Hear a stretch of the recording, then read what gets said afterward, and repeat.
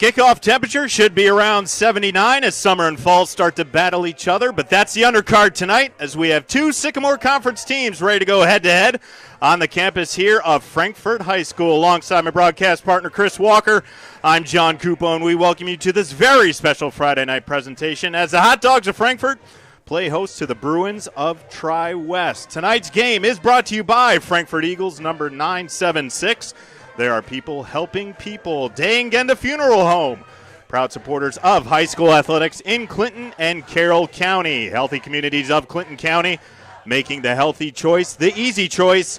And by FiberHawk, fast, affordable FiberHawk. Welcome to our pregame show, brought to you by Healthy Communities of Clinton County, making the healthy choice the easy choice. And Chris, let's get right to it. Our player to watch, brought to you by ISC Sports Network Local, lives here. It's number 23, the running back / linebacker, Caleb Boggs of Frankfort. Yeah, John, Caleb Boggs is the two-way specialist, the senior running back and linebacker. He's rushed for 181 yards this year. He's got 3 touchdowns, leads the team in both categories. He's also the leading tackler. He's got 16 total tackles with 11 solo tackles. So if Frankfort wants to be productive in this game, Caleb Boggs is going to be in the middle of it. He's going to be busy on both sides of the field tonight. Our officials, presented by Aaron's Flooring, offering luxury vinyl plank, carpet installation, and more. Visit aaronsflooringllc.com for more information or call 765-601-4145 for a free quote. The crew chief, Josh Spears, Michael Anderson, Brenda Garibaldi, Raymond Helms, and Charles Lawrence doing the duties today on the field. Always appreciate them, the IHSAA. You can go to ihsaa.org if you want to help out your kids and get more officials on the field to help these young student athletes every day when they hit the field. Just a multitude of sports that these officials help us out with. Always so blessed to have them come out on a Friday night and help us out with these games. And we'll waiting for the ever-popular hot dogs to run through the banner and get things started here on a beautiful evening here at Frankfort. Couldn't have asked for a better night. No cloud cover. Sun behind us starting to set. You know, John, we're getting to that point of the season where the weather is cool enough to where you shouldn't have to worry about much cramping and that sort of thing. If you're hydrating the correct way, you should be good to go during the games this time of year. Mother Nature was having some fun with us the past 2 weeks, up in the upper 90s these past 2 Fridays, but these young athletes come out here every day, work hard, get the proper hydration that they need. Big thing on safety this past couple years, making sure that these players have everything they need so they can come out and compete hard every Friday night for these fans that show up. Great support here. Sea of Blue. Great support from Tri-West right across from us. The other side of the field. John, I was telling you off air before the game, and I was in Italy the last 6 days, and the first 3 days of our trip we had nearly 100 degrees. It was miserable. Okay, so pretty much the same thing that was going on here. But the last 3 days of our trip, it was high 70s, and they predicted rain, but it rained a little bit one morning, and that was about it. Just going to ask a crazy question here, Chris. Was the landscape of Italy a little different than central Indiana? Just a little bit. Just a tad? Yeah, I'd say Venice looks a little different than here, yes. That overlooking shadow of the Alps. Just a little different farmland here in Indiana. Yes, sir. I'm sure it was a beautiful trip. Congratulations on you and the wife celebrating 25 fantastic years of marriage. Congratulations, you, Mr. Walker. Thank you. It was a great time, tremendous time. You'll never look at food the same way again, as we were talking about off air. That is correct, especially pizza. Pizza or pasta for that, for what it's worth. No more delivery for the Walker household when it comes to pizza. That's right. As the hot dogs line up, swaying back and forth, getting ready for this contest against the Tri-West Bruins. Bruins enter this contest 1-1, same as the hot dogs. And here they come.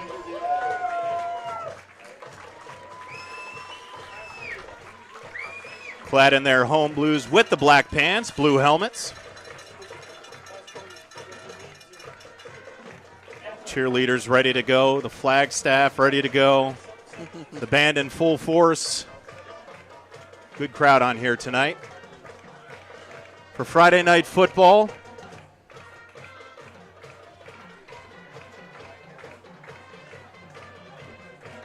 Sure, should have checked with this pregame. Not sure what the hot dog's mascot name is, but he's out in full force. And just from the headset from our good friend Richard, Big Blue. He's down there. Big Blue. Get his shoulder pads on. He's very grateful for the cool temperatures tonight. It's a nice looking costume, though. Yeah, I don't know if Big Blue's certainly wants to do. Looks like he's got his shoulder pads on with his basketball shorts. He does, I was going to say. Yeah, he's going right from one season to the next. That's right. Ready to get in that gym just right. Down the road here. Learned a nice little tidbit about that gym, home of the ever-popular film Blue Chips. They did a little filming there. That fine film starring Nick Nolte. Brought Shaquille O'Neal to Frankfort, Indiana for a little bit, huh? Surprised that film didn't win more awards than it did, which was 0. That's okay, though. Still a fantastic basketball film. Little notoriety here in Frankfort, Indiana. Oh, that's a good one. And we look on the other side of the field as the Tri-West Bruins take the field. Away jerseys in the white with the gold pants look very, very similar to a team up in South Bend. If only they had the little darker helmets, which I believe Notre Dame's helmets appear to me to get darker every year. Notre Dame off this week, as a lot of college teams kick off their weekend tomorrow at noon. Notre Dame took care of business last week over in Ireland. Navy did show up. That's about it. Yep. But the Fighting Irish took care of business in a walloping victory. And now the captains will make their way towards the center of the field for the coin toss, and we'll decide who gets the ball and which area of the field they'll be defending first.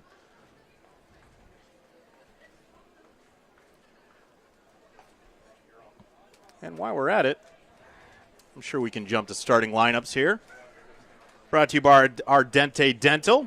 Healthy smiles start here.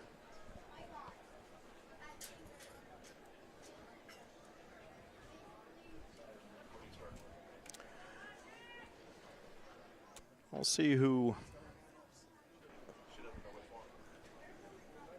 We'll just wait a second here. We're going to get here in a second.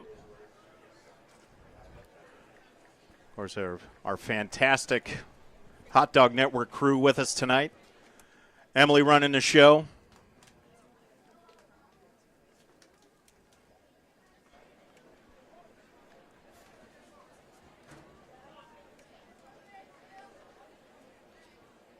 Once again, just a beautiful evening here in Frankfort. For the start of this one, there's see the press box shadow creeping over the 50-yard line a little bit from the press box. So let's look at the starters for the Hot Dogs on offense. Again, brought to you by Ardente Dental. Healthy smiles start here.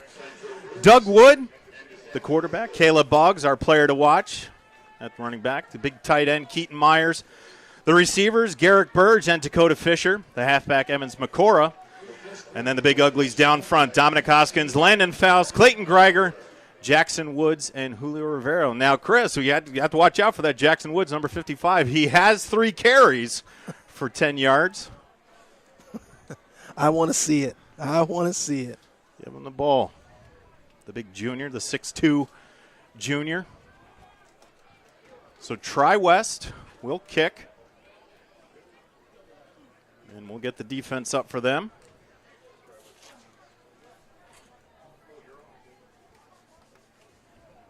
The bookends, Ethan Elzey, Griffin Cole. In the middle, Spencer Watson and Peyton Hayes. The linebacking core, Jack Catt, Max Ward, Grant Fletcher. And then your secondary, Kellen Dakin, Brody Saylor, Max Robertson, and Brady Hamstra. It'll be Cortland Williams to punt, the senior.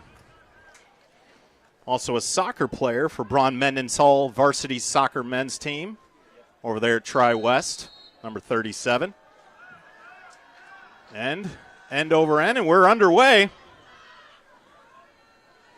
That's going to stay in bounds, and Garrett Burge has to do something with that quick. And, boy, that was all risky, and just a gaggle of Bruins get him, wrap him up. He's not going to go down. Well, my goodness, talk about playing the tightrope game there. You know what, John, to be honest, I don't think this was that bad of a decision by Burge because that ball looked to everyone in the stands that it was going out of bounds, and I think he was doing the right thing. That thing kind of took a right turn and stayed in bounds and put him in a very bad position. That was going to be feast or famine one way or the other, but Burge collected it, and then next thing he saw was just a bunch of white jerseys to collect around him. So, the first set on offense led by the senior Doug Wood.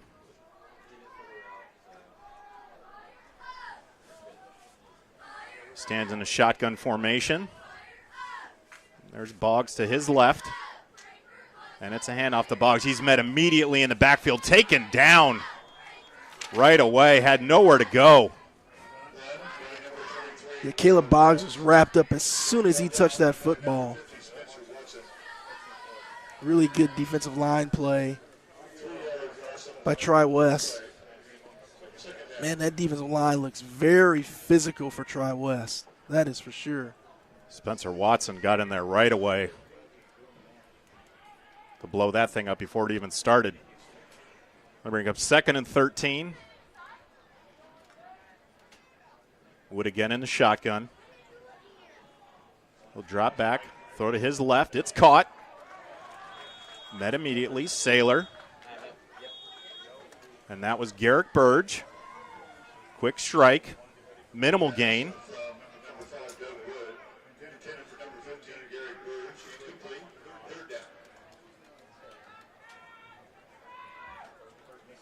So that's going to bring up 3rd and 13. Nothing doing on that one. Said it was incomplete. It looked like he caught it. So. Yeah, I think it came out at the end there. Okay. It looked clean here all the way, but they said ruled it incomplete. So Brody Saylor must have got a hand on there, knocked it away. Yep. So that'll bring up 3rd and 13 for the Hot Dogs here. Got to be careful, pin back here near your end zone. Wood in the gun. Boggs to his left. There's a snap. Wood will roll to his left. Fires to the right. It's complete to Burge. And he's wrapped up well short of the first down marker. Would expect to see the first punt of the game here. Should give Tri-West some good field position to start their first offensive drive of the game. So that's going to bring out Armando Valdez Alanis, the junior. Be his first punt of the evening. Got to be careful here. Need a clean snap. Get this ball away quick.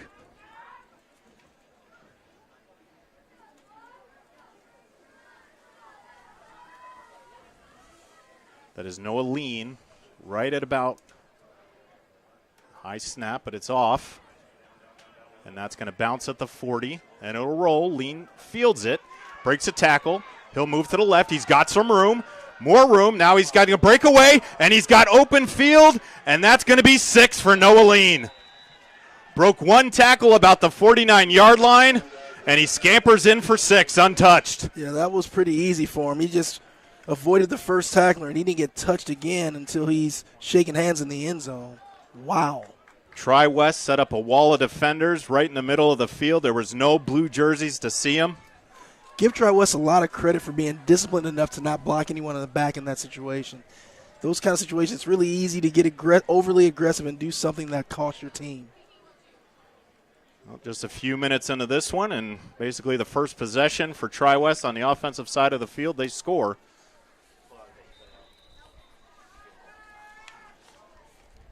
And this will be Cortland Williams for the extra point.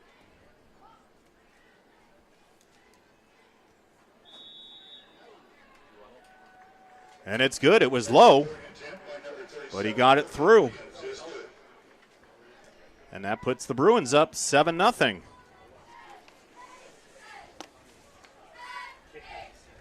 Well, Chris, that was quick.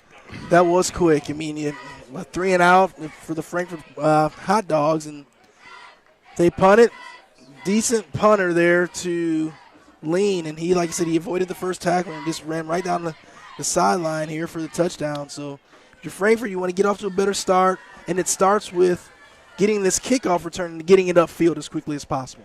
Tonight's game brought to you by Frankfort Eagles 976, serving the community since 1905 with over 900 members locally.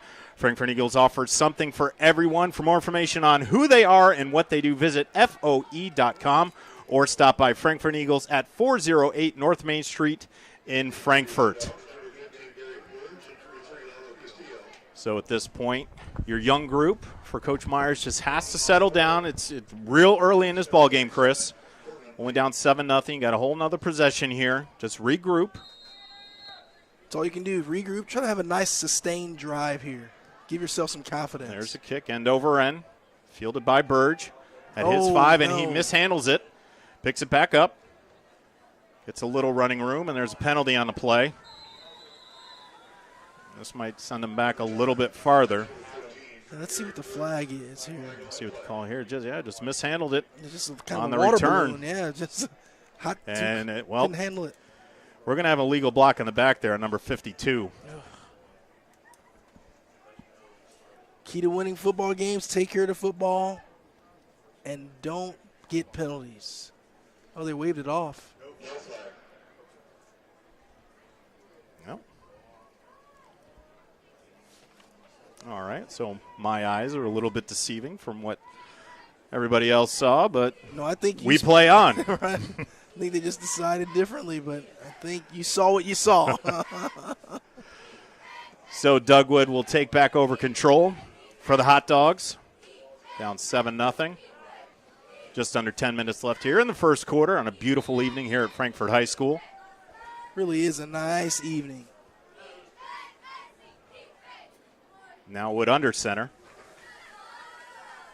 Boggs in the backfield. It's handed off to him, goes up the middle, and pushes his way forward a few yards on that one. Tell you what, man, if you're the center there, you got to get that snap up quicker. It looks like there was a lot of movement before that ball was snapped. Just wonder right now, Chris, if it's the little nerves for the Hot Dogs. Over the past couple years, these Tri-West Bruins have had the Hot Dogs number.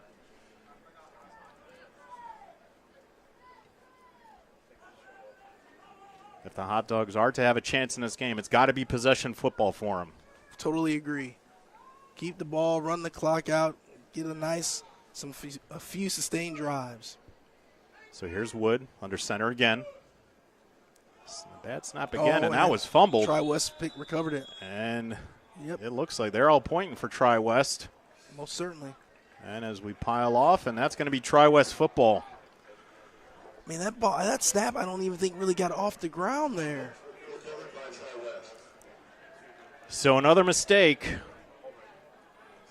by the Hot Dogs, and you just can't give this team these short fields this way.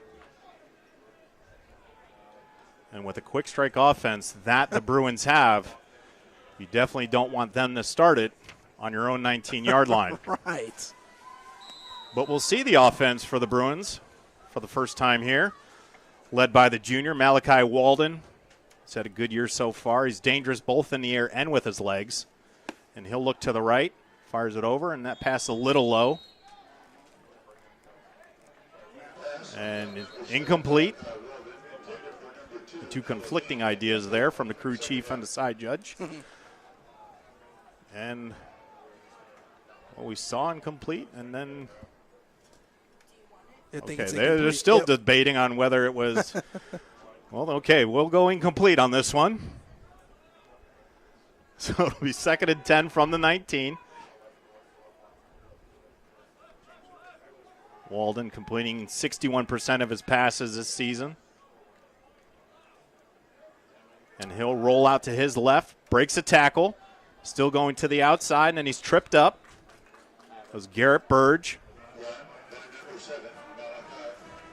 Nice run there by Walden, eluding the first tackler, getting some positive yardage there, put his team in good position to extend this drive. Caleb Boggs also helping out on the tackle. You mentioned in the pregame, Chris, as he'll be all over the field tonight. He's going to have to do it on both sides tonight for the Hot Dogs. Yes, he will. I think this is 2-down territory either way here for Tri-West. There's Walden in the gun, and it's a handoff up the middle. That was Derek Reed. Reed, the workhorse for this Bruins offense.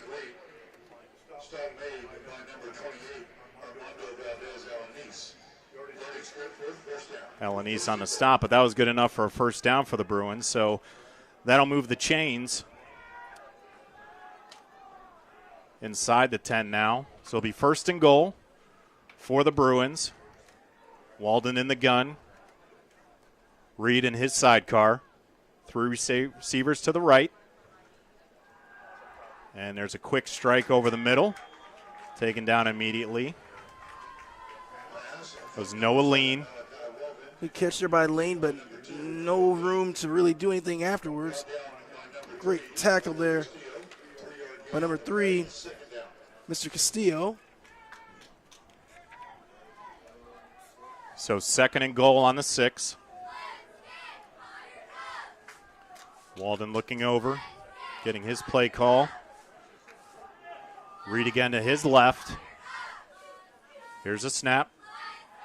Over the middle, wide open. Yep. Now it's about as easy as a pass that you're going to find. Logan Anderson with the touchdown reception. Give him 6. And real quick, 13-0. Tri-West. Just a really good play there by Walden. Kind of looks to the right, looks off his receiver. Anderson runs an inside route, a slant play, and he's wide open in the end zone for a touchdown. So Cortland Williams on for the second time today. See if he can convert.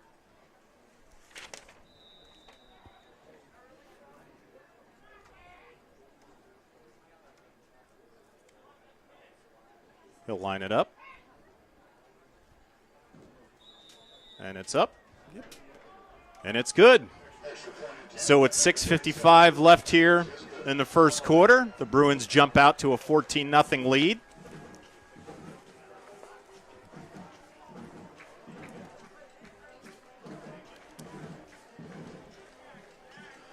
Tonight's game brought to you by Day & Genda Funeral Home, where they believe in putting family first. As active members of the community, they know that when dealing with the loss, seeing a familiar face and being treated like a family is important. Day & Genda Funeral Home will serve your family in a unique and loving way and be the family you need. For more information about the services Day & Genda Funeral Home offers, please visit dayandgenda.com.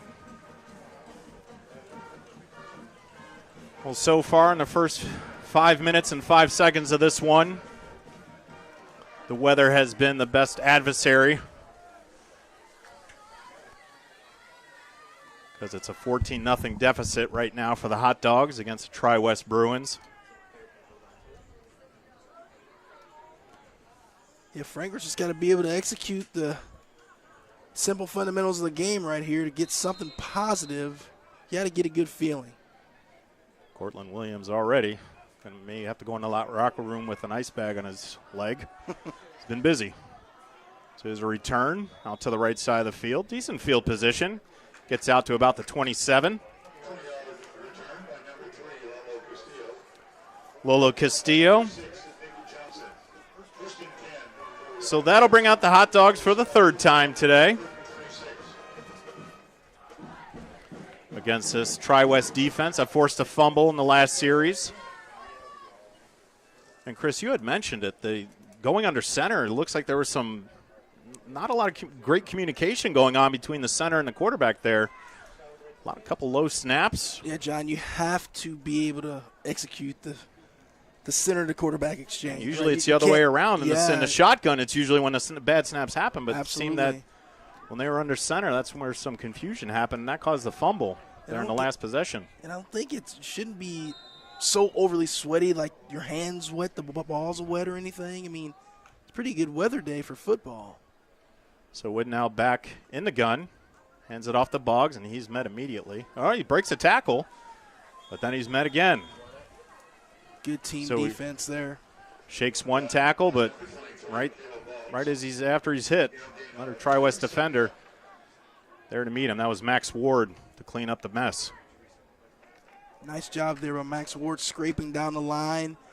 When Boggs kind of rolled off, spun off the first tackle, he was right there to make the secondary hit to keep him from gaining much at all.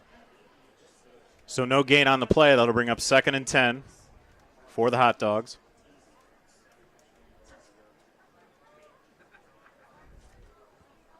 Wood in the gun. Boggs just to his left. 2 receiver set. Wood fires. There's a connection.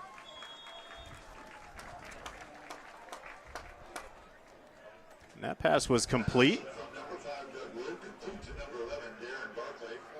Darren Barkley on a reception. So he got some early minutes. Yeah. Kellen Dakin right there on the tackle. Good, clean tackle there. 3rd and about 4.5 maybe. So that might be the key here against this Tri-West defense, is just a quick strike, clean, quick throws. That looked good. I tried that same play to this side of the field this time. Little chunk yardage. I don't think you're going to be able to exploit this Bruin defense on a long play, so little chunk plays like that will work. So Wood again. Oh, good job. Good job. The hard count. Got the Bruins a jump. That should get him a clean set of downs here.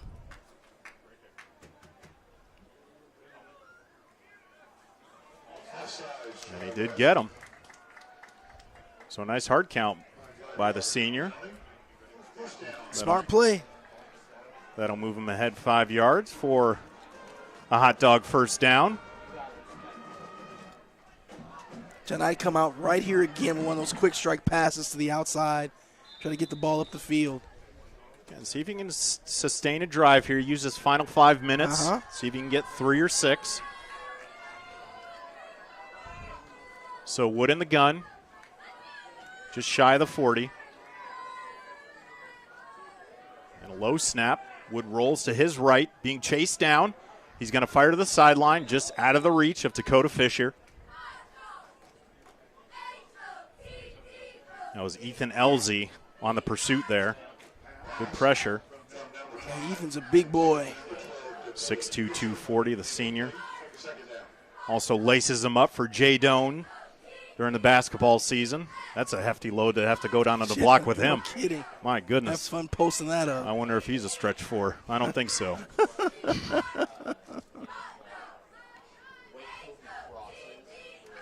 A lot of athletes on this side of the defense for Tri-West. A couple baseball players, a few basketball players. A couple track runners as well. No, can't afford that. That's going to be a delay of game, I would imagine, right?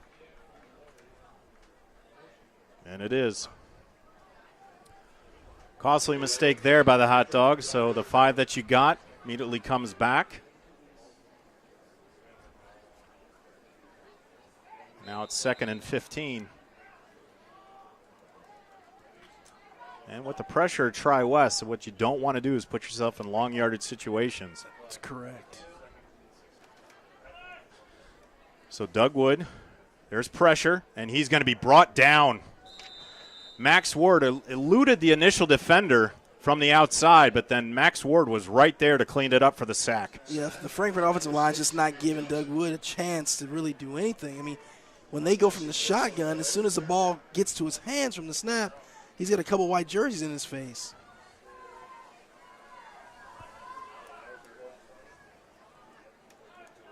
Let's go, Frankfort! So that's going to bring about 3rd and a country mile for the Hot Dogs. I don't think there's anything in the playbook for this. You just want to get a few yards back, control the football, don't turn it over. Be safe here. Wood in the gun. Not another And another delay. penalty. That's another delay of game. Ouch.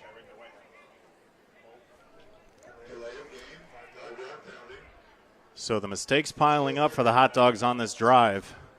Start off promising, decent field position. We're able to get the first down due to the offside penalty. But now just moving backwards. Makes it 3rd and 25 on their own 21.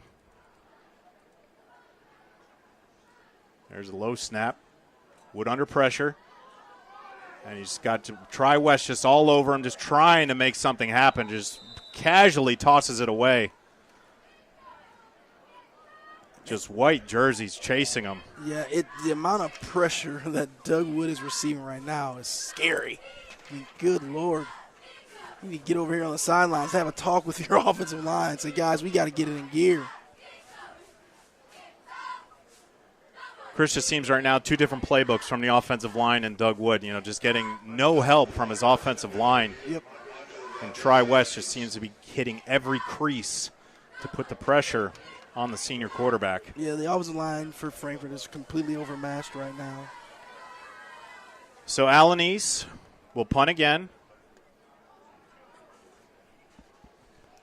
Noah Lean, his 43-yard line.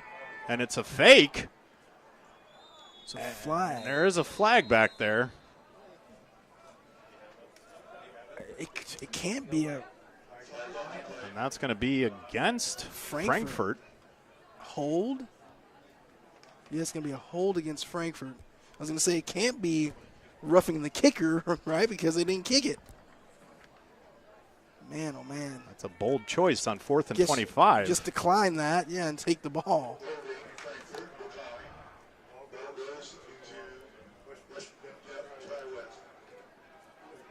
That call there, John, tells you how the series has been the last several years between these two schools, right? Jason Ward decides to decline the penalty, and they'll have it 1st and 10 again on the Frankfort half of the field. Short field to work with. He sends out his offense. Malachi Walden again. 3:50 left here in the first quarter. Tri-West up 14-0. Here's Walden. Fires over the middle and just bobbled in and out of the hands of Castillo. Is playing hot potato with it. Couldn't bring it down, but Lalo, some would say that's why you're on defense, bud. You had one right in your breadbasket. That could have been a big-time reverse of momentum there. Now good play, though. It was. It really was. The junior read that pass and just couldn't bring it in. Now here's a toss to Reed. He's got blockers in front of him. Runs into his own man. Tell you what, that's a good gainer, but Walden took a big-time hit on that option play there. And Reed's slow to get up. And obviously that hit was a little too good because it was deemed a personal foul. Yeah, so not a lot of good. Even though it was a positive play for Tri-West yardage-wise, not a lot of good happened there. As you mentioned, Chris, Walden got hit. He got stuck. And then Reed ran into his own player and seemed to be favoring his right leg after he went down there.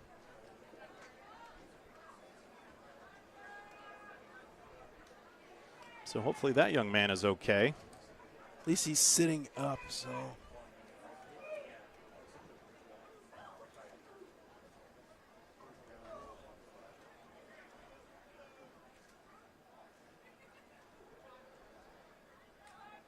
Yeah, he's getting up. It's good. So they'll pull him up, and he'll gingerly walk off the field with the help of the trainers. So it's good to see that young man hop up to his feet, take a few plays off. Hopefully he's okay over there. It's a very important part of their offense. They can't afford to lose him. Reed having an outstanding year so far. In only 2 games, 52 carries, almost 300 yards, 271. He's got 3 touchdowns. Also effective out of the backfield, catching the football, 4 receptions, 72 yards. So they use him a lot. From the looks of how he's walking off, I would expect to see him some more in this football game. He's got his helmet off. They'll take him to the makeshift injury tent over there. The tent that's not blocking any of the son. They've got it leaning. They had the right idea. So that'll bring in Nolan Cooper, the junior. And Walden fires to open space. I told you, Rich, I was going to get a soccer call in here, and open space it was. On that play, Walden had two receivers running out routes, and he decided to throw it to the up receiver, and he just let him a little bit too much. Nobody home.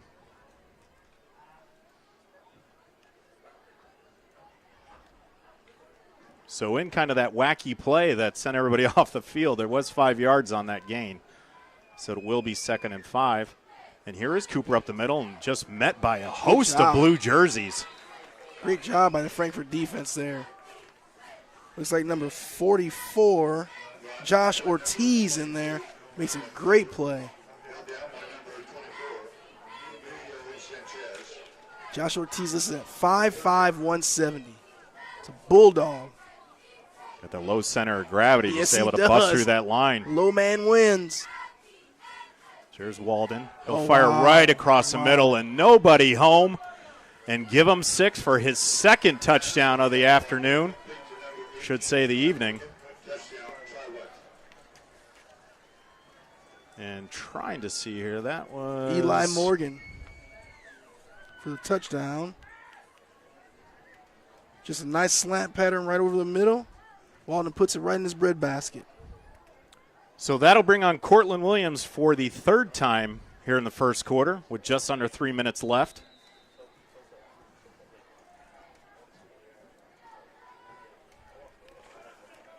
He'll line it up. And this one is up. And this one's good. And that's going to make the score 21-0 with just under 3 minutes left here in the first quarter.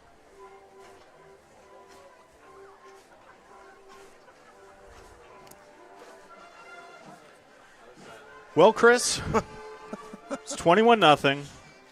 You still have a lot of football left to play. If you are James Byers, what can you tell your kids at this point? What is the first thing that is going to come out of your mouth on the sideline to your kids?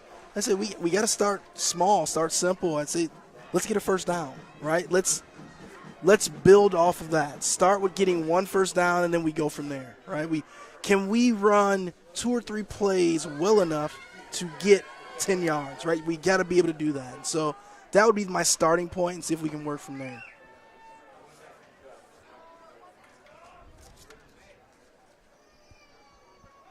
You mentioned Cortland Williams has been very busy this first quarter. So he'll kick it from his 40. There it goes, a little pooch punt. Uh-oh. That's trouble. And they are trying to, and it went out of bounds. And it's going to be a legal procedure. They almost had it. Jimmy Sorgi did collect it, but he just scampered out of bounds. Wait a second. Jackson Sorgi. I saw Jim Sorgi. Jim Sorgi was a former quarterback. Quarterback at what? Wisconsin and the Colts, I believe. Believe so. Yeah. I was like, man, there's another one? Wow. Gotcha.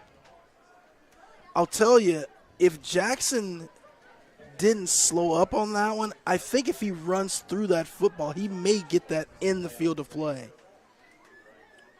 Well, this will definitely give the Hot Dogs their best field position, starting off to 35. Yes, it does. Doug Wood will be in the gun. Caleb Boggs behind him. Ref's asking to reset the 25-second clock.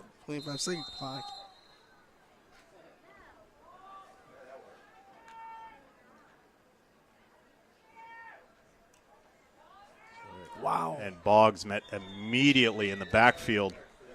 Dude, that was Jack Catt. Yeah, I mean, to be honest, John, I think to start with, I think the center there, is at 55, I believe. It's at Jackson Woods. Or is it? I'm sorry. Well, Clayton Greiger is the center. I'm sorry, yeah, 52, yeah. Clayton, or is it Caden? Clayton. I'm sorry, Clayton Greiger. Clayton needs to put a little bit more mustard on that snap because I think the snap, it's just taking too long to get back to Doug Wood, the quarterback, out of the shotgun position, and it's giving the defensive line just so much time to get in there. It was Grant Fletcher. I mistook on that. I thought it was Jack Kappa. Grant Fletcher really read that snap. Yeah. It was in the backfield before Boggs had a hand on it. Now Oh, fired my goodness. And Spencer Watson just got a couple bear paws on that one, knocked that one down at the line of scrimmage. Yeah, I mean, there literally is a meeting at the quarterback every single play. I mean, so it's just poor Doug Wood has zero time to do anything. I mean, and I don't know. I mean, you almost can't even afford to go under center at this point, right? Well, you saw the mistakes early on with going yeah, under center yeah. and kind of the miscommunication they were having. That just makes it really frustrating and tough as a quarterback because you're not even given a chance to be able to execute any plays. So it'll be 3rd and 12. Doug Wood with Caleb Boggs. Low snap. Fired to the left, and there's a completion. Garrick Burge makes a move, comes back to the inside. And he's taken down by Grant Fletcher. So got a little back. So 4th and 8. I was going to say at this point, with it being 21-0, do you try to go for it? But, man, you give them good field position again, and they get another score before the first quarter is over. And it looks like they're in punt formation. Yeah. Although that is not.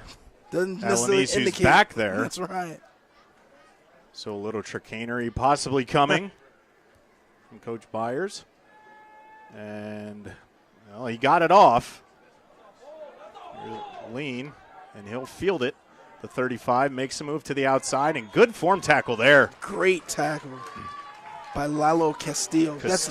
That's a tremendous open field tackle there. Because if Lean makes him miss, who knows where he's going. Just wrapped him up at the feet. He did. Couldn't go anywhere. Can't run without those. So some good momentum there from the Hot Dog special teams. See if they can build off of that. Need to get a stop. Need a stop here if you're the Frankfort Hot Dogs. The first offensive possession that Tri-West has been in their side of the field. So let's see if they can ride that. Have Walden starting deep at their own 43. He'll take the snap. Plenty of time. Fires over the middle and just wide open. Oh. And there is no one within distance of him, and he'll just waltz in for 6. Whoa. That was Cole Morgan. Set up shop, read the paper, and just waltzed into the end zone without a hot dog within 10 yards of him. John, that was as easy as a catch and throw as you'll ever see. Well, I guess the field position didn't matter on that one. It was one quick strike from Walden to Morgan. 57 yards on the touchdown completion. And that'll bring on Cortland Williams again for the 4th extra point of this first quarter. High snap, and Walden's going to have to do it himself. He'll throw, and in and out of the hands of the hot dog defender. So, nice play by Dennis Barkley. Disrupting the bad snap. Walden had to roll out, had nothing to do with it. Yep. And Dennis Barkley was able to knock it down, so that'll keep it 27-0 with just under a minute left here in the first quarter.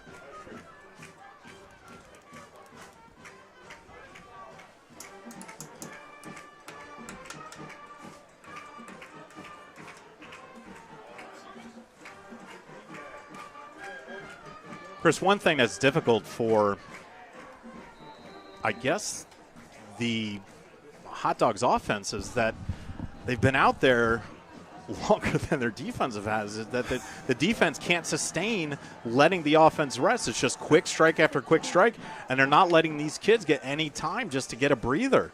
Yeah, I don't know what to say. I mean, that hot dog offense has just been completely overmatched by the Tri-West Bruins defensive line, and that's caused all kinds of issues in this game so far. And then when the Bruins take the field on offense, it's 1, 2, 3 plays, and they're in the end zone. So everybody's working a little overtime here. So here's Burge. And some laundry on the field. He's stacked up. Finally taken down at about the 22-yard line. We'll see what the penalty is.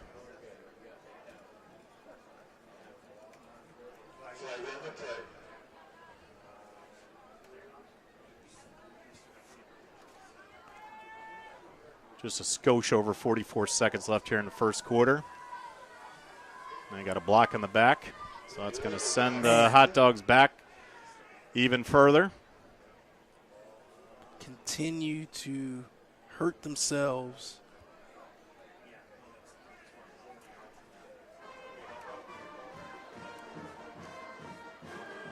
Well, if there were ever a first quarter to forget, this would be one for the Hot Dogs, just overmatched here in the first quarter by the Tri-West Bruins. But the fortunate thing is, Chris, there is still 3 quarters of football left. I don't know if Doug Wood would say that's fortunate. Not at this point. So he stands in the gun. Caleb Boggs next to him. There's a snap.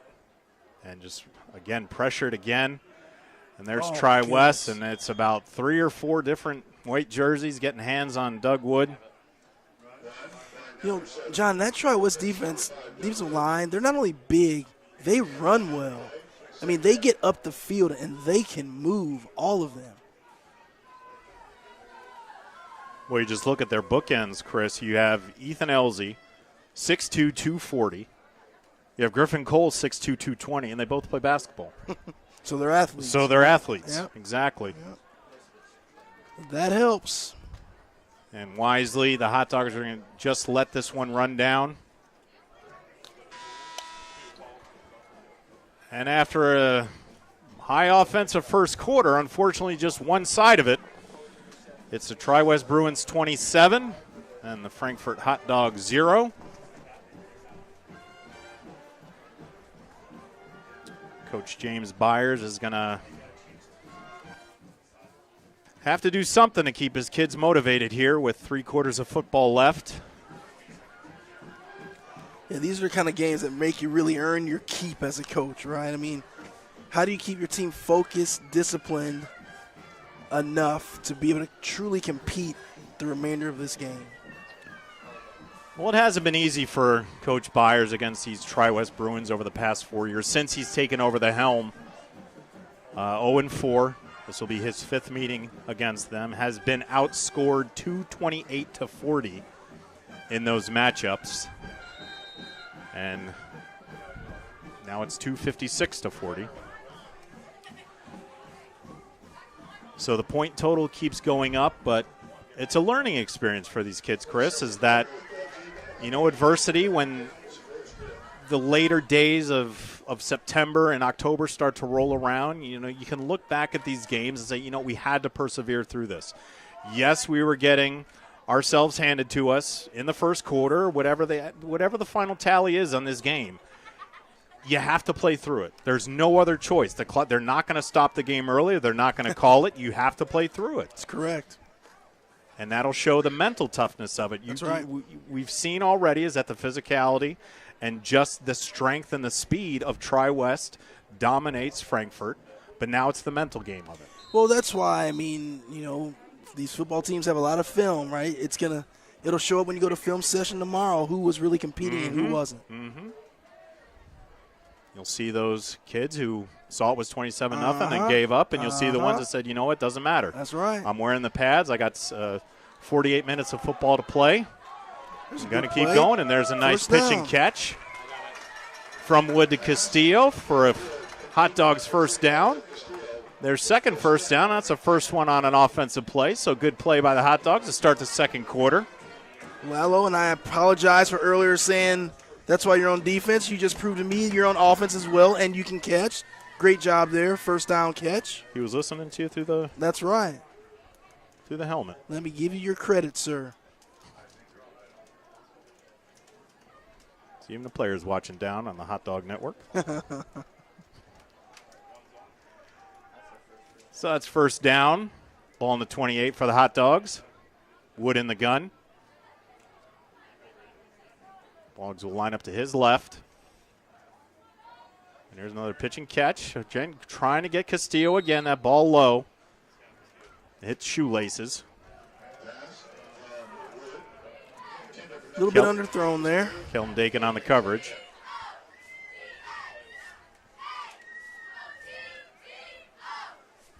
So that'll bring up 2nd and 10 from the 28.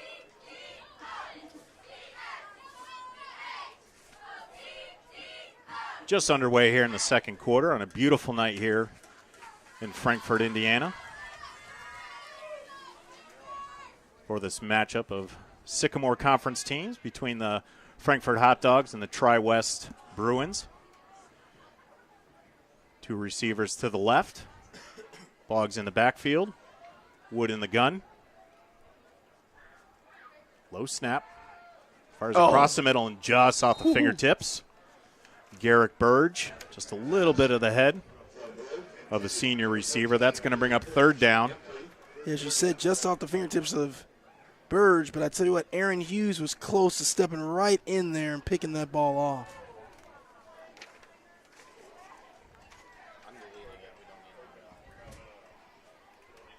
So we'll see what's in the playbook here. 3rd and 10. After the quick first down, start of the quarter. Things have slowed here a little bit for the Hot Dogs. And, John, we're again in a situation, I mean, I know normally, traditionally, you wouldn't do this, but is this kind of two-down territory? I mean, it's 27-0. I mean, what do you have to lose at this point? A low snap again, and Wood, again, running for his life, rolls, and just kind of tossed it up there. Burge was in the vicinity, but there were two Tri-West jerseys there. It was Max Robertson and Aaron Hughes were closer to the ball than Burge. And once again, the Tri-West pressure forced Wood into an errant throw. I agree with this call by Coach Byers. When you don't get any yardage on the third down play, at 4th and 10, you got to kick it away.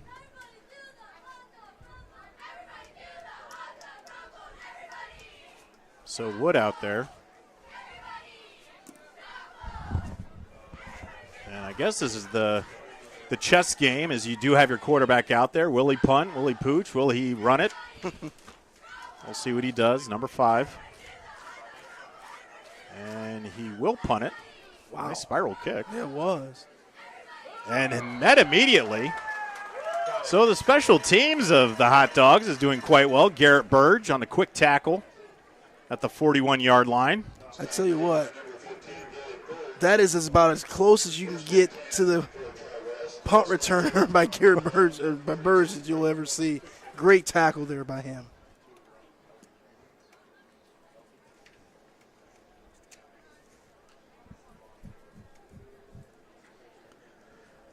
Tonight's game brought to you by Healthy Communities of Clinton County. The coalition is committed to reducing the risk factors contributing to chronic disease, including health disparities, by decreasing stigma and encouraging policy, system, and environmental changes.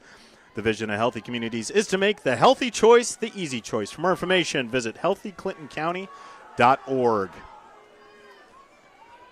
And we have a big run here. And that is the junior Nolan Cooper. Coming back for a hold. And that will go against the Bruins. So that's why he had some open real estate there. That may be their first penalty tonight. Could be wrong.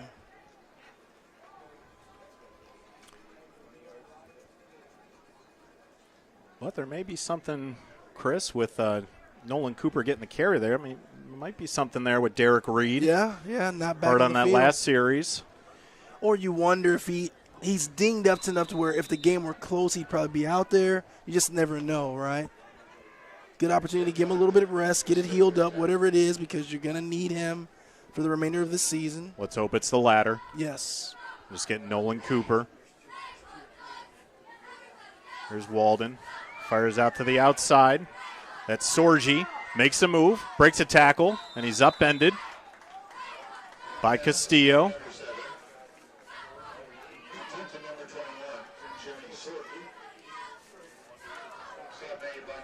So they'll place it at the 48-yard line. 16-yard gain. Bring up 2nd and 4 for the Bruins. Just shy of the 50. Here's Walden. Hands it off to Cooper. Makes a move to the left. Has a hole. Nice and job. He'll run it up to the middle, about to the 38-yard line. Nice run. I have to apologize. Earlier, I said Jackson Sorgi. There is a Jackson Sorgi that's a freshman on the team as well, freshman quarterback.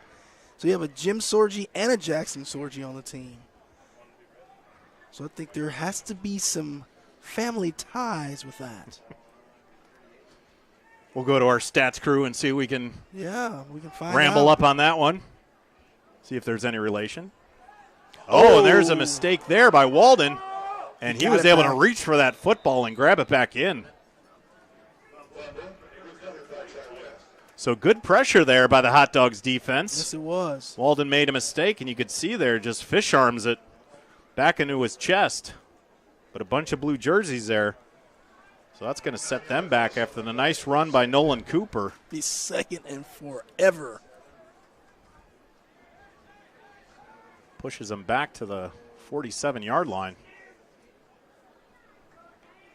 Was that about 2nd and 20 or so, you think? Pretty close. So here's Walden in the gun. Sets his feet. Fires over the middle. Uh-oh, he's got a man. And there's Lee. Oh, and it was off his fingertips. Oh. And I'll tell you what, on that one, Noah Lean, he was looking at the end zone before he looked at that football. Yes, he was. That ball is dropped right in the breadbasket. You can see his head turn right to that pylon. He thought he had 6, but he's got to bring in the pigskin before he has that. So that's going to bring up 3rd and 17. That is not a good feeling by a wide receiver. He wishes he could definitely have that one back. As you mentioned, because that was right in the basket. That was a nice touch pass by Walden. Yep. So here we go, 3rd and 17. Walden drops back. Some pressure, sets up the screen, and just not there. Well, you can't do that, sir. The ball touched the ground, it's dead. Good job by Frankfort. Great job by Frankfort's defense. Find So a way the to go pressure, through. Yep. they tried to set up the screen, but the shorter Frankfort defensive line did what they had to do. They got their hands in the air, Yep. caused some confusion, Yes, they did. and they could not get that completion to Cooper. So that'll send up a rare punt for Tri-West. Good punt. Good punt. Oh, And that's going to roll. Was that touched? I think he touched it. The beanbag came out. I think he, yep. And Oh, okay. No one touched it. She's going to rule no one touched it. So that was close. that was really close. That was very close. I tell you what, when Burge went to field that ball, he kind of got out of there and acted like he touched Well, it. Garrick Burge, he's not moving. He's just keeping his hands on his hips. Coach, I didn't touch it. I didn't touch Nothing happened there, Coach. it. Yep. And we will play on. That is a difference between high school football and the NFL. There's not 30 cameras and 30 different replays to challenge that. That is correct. And there's no red flags on the field, so play Yeah, on. That is correct. If it were Bill Belichick, this game would have been stopped. All right, let's see what this Frankfort offense can do this drive here. Little momentum. Good defensive stand, Uh-huh. but pinned deep And I was wondering about that spot because the ball had rolled into the end zone. Yeah. And they are going to mark it off. So they had it at the 8-yard line, but they should bring that out to the 20. Yeah, it's either back there because Tri-West recovered it or it's a touchback. Right, so now we have things squared away, we should be. 1st and 10 on the 20. Little breathing room for the hot dogs. So Wood in the gun. Caleb Boggs back there with him. 2 receivers set to the right. And there's a fumble in the backfield. Mishandled on the exchange from Wood to Boggs.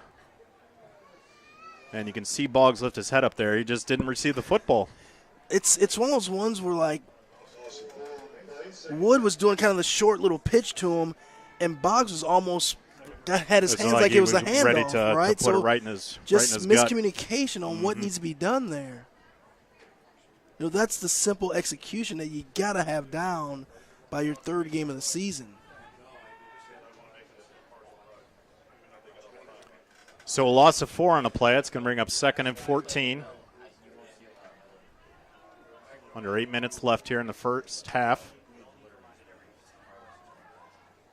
Here's Wood. Boggs gets it. Stutters a little bit. There's a flag on the play. It's got to be holding in that part of the field. Boggs stays on his feet, but as you mentioned, Chris, that's in the vicinity of holding. That'll move him back 10 more yards. So unfortunately, hot dogs are going the wrong way. Yes, they are.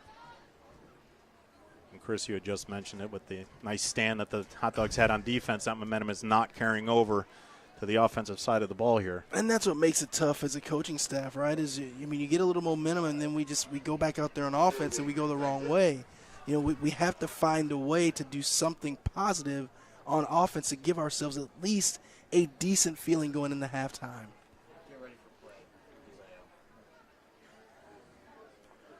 So with that, it's going to place the ball on the 6-yard line where they had initially ruled it, about just 2 yards short on the kickoff.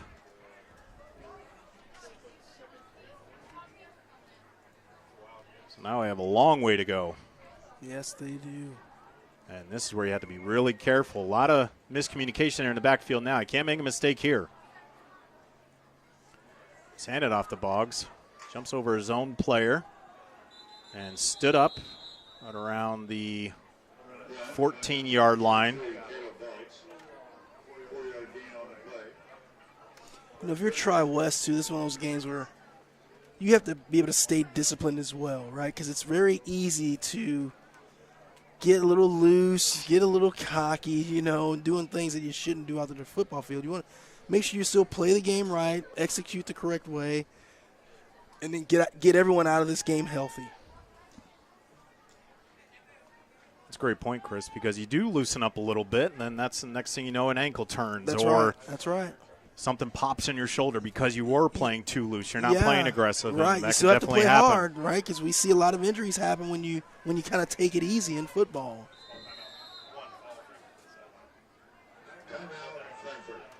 So Doug Wood didn't like something that he saw, so he's going to call a timeout.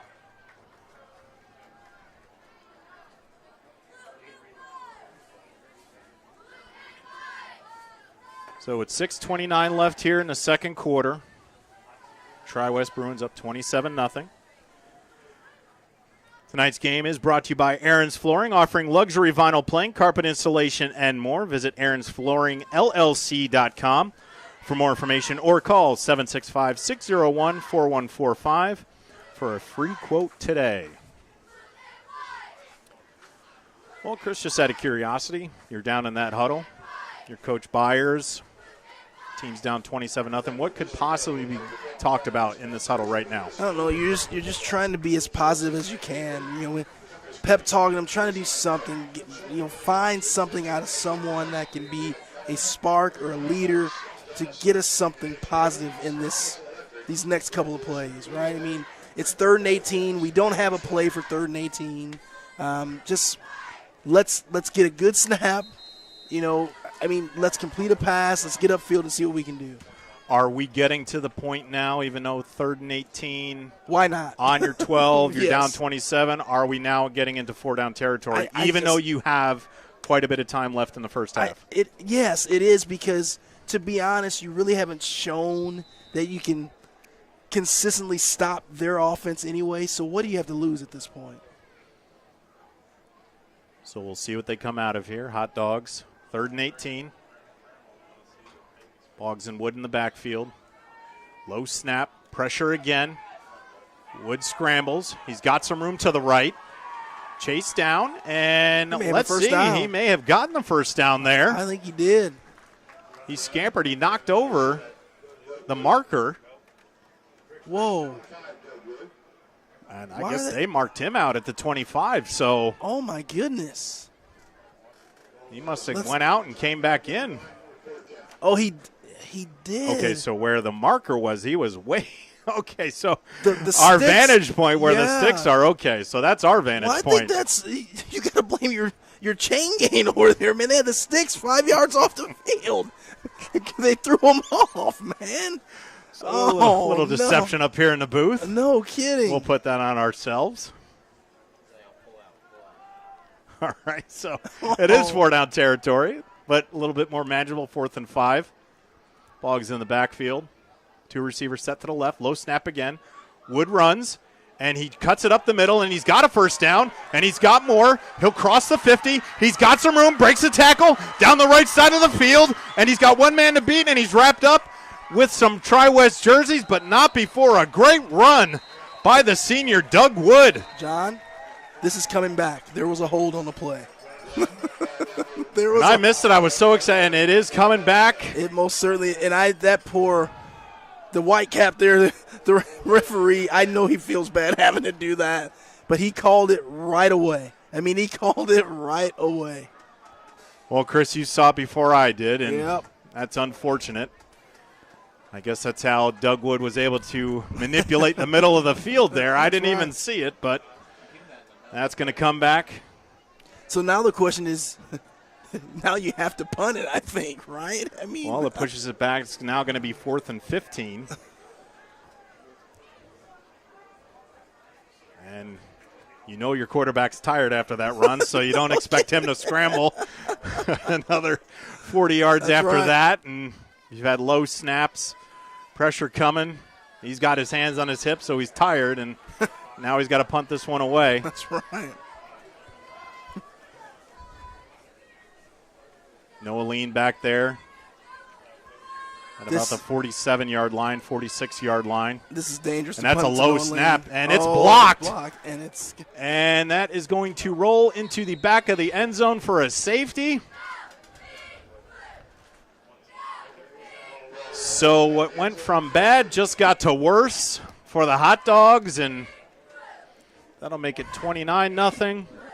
John, you know what? I know we're talking different sports, but right now this football game reminds me of the Major League movie, the first movie. Relax. I'm a Cleveland guy, so relax now.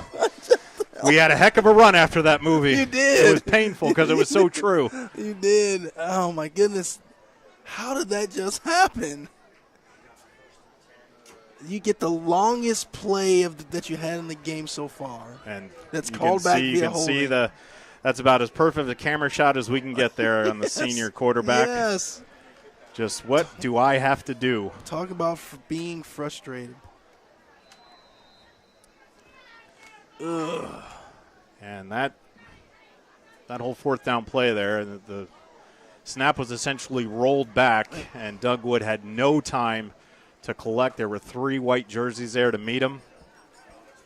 I will say, though, it's finding a long snapper in football is not normally the easiest. It's a skill. It's a skill. It truly is. It truly is.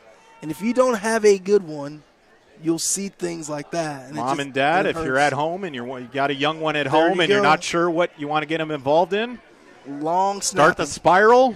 That's put right. the big skin between their legs, and they'll have a long NFL career. That's correct, because those Get that guys can't be touched. You cannot hurt them. You That's cannot right. touch them. That's right. Safest place on the football field. Couple mil a year. Not bad. So here's the kick. It's a short one. Be fielded about the 35. Uh-oh. And there's Cole Morgan. There's a flag. He's got some room. We'll see what the penalty is. And he's finally brought down. Like bumper cars out there on the left side of the field, but that's going to go against Tri-West. And that looks like it's going to go against Jimmy Sorgi. I think he's blocking the back maybe. Just amazed at the number of penalties you see on special teams. And not just in high school football, but every level of football. Professional, college, high school. You see so many. How many times have you heard as a football player or coach, if you can see the numbers on the back, don't touch them, right? And guys consistently block people in the back. I mean, it's just hard. You see it over and the over irony again. of that is when the penalty is made, you see the player, they do it, and then they quickly just put their hands up like, I did it, but I'm hoping that they didn't see that right. It. That's right. I mean, if you're going to do it, you might as well go get full your money's bore, worth, right? That's right. Shove them in the next week. That's right. Get your money's worth. So it'll be 1st and 10 for the Bruins at their own 36. Malachi Walden still out there. Nolan Cooper, he's under some pressure. And that's Sorgi, another flag in the backfield, and he's taken down immediately. Like another hold, yeah. Good job by this defensive line. Frankfort showing some life here.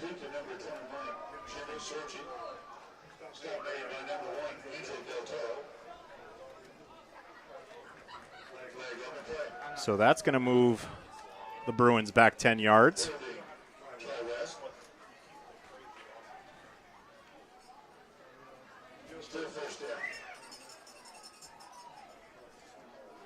So in the second quarter, Chris, is that Tri-West has been their own enemy, making mistakes that they weren't making in the first quarter. But that's what we talked about, right? Staying focused. You got to stay focused in these games. I know it's tough. I'm sure Jason Ward will have something to say about that. There's a nice pass over the middle. Noah Lean breaks a tackle, hit hard, but he breaks a tackle, and now he's got some speed to the left. It's a race for the horses, and he's not going to be caught. Wow. Pay dirt for 6. That's a heck of a play because Lean took a big-time shot, and he did not go down. You could hear the pads hit from up here, but Noah Lean was the one that sustained that collision. And then it was nothing but green pastures. And Noah Lean takes it in. Malachi Walden found him over the middle. And then it was just a foot race, and it was a senior receiver.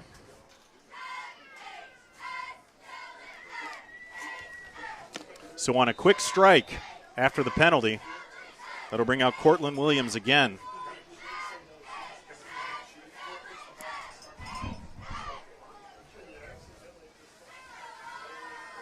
Oh, that's short. And that came up short. Yes, it did. That's the point attempt by number 37, Cortland Williams. No good.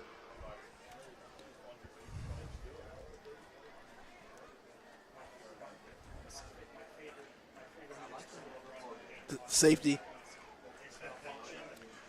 So after the missed extra point, makes the score 35-0.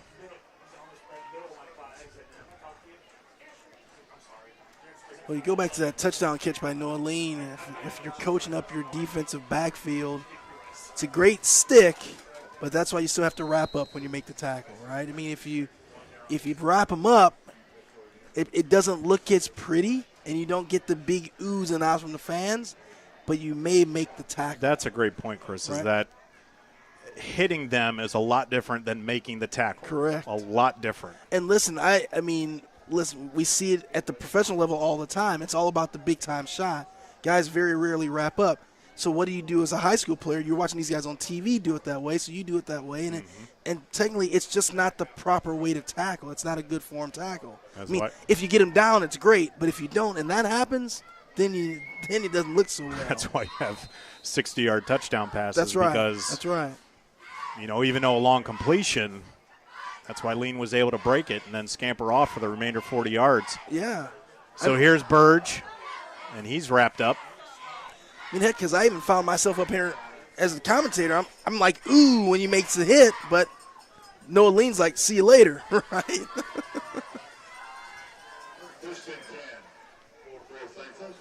So with just about 5 minutes left here in the second quarter, the Hot Dogs will get back on offense. We're in no-no land now, John, which means potential running clock in the second half. And you never want to be in that position to start the second half. No, I think you're all your chips in right here. You're 4-down territory. Yep. You're just trying to get something, trying to find some sort of momentum to go into that half with. I'm with you.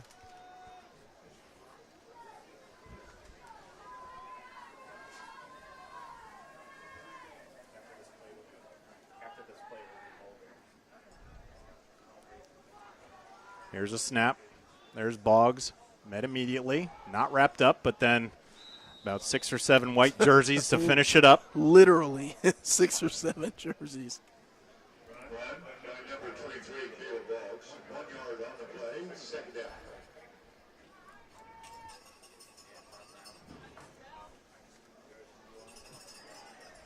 Tonight's game brought to you by Mulberry Telecommunications. Let us be the first to welcome you to the Fiber Hood. Mintel Fiber Optic Services offer super fast, reliable internet with gig and bit speed, streaming TV packages, and voice solutions. Sign up today at www.mintel.net. That's MINTEL.net, or call 765-296-2885 for more information. 2nd and 9. Wood under center. And another miss snap. There's a fumble, and that ball's still on the ground. Picked up. I believe that was Boggs who was able to corral it in. And just another poor snap. The exchange from center to quarterback has just not worked. No, it has not been very good tonight. And listen, if you can't execute that play in football, you're never going to be able to do anything positively. And on offense, Chris, that's about it. I mean, the most fundamental thing that you have to do is the quarterback-center exchange. And absolutely, it's just been trouble for Frankfort all evening long, whether in the shotgun and or under center. You got it. Seen some problems with some special teams play. The regular exchange from center to quarterback.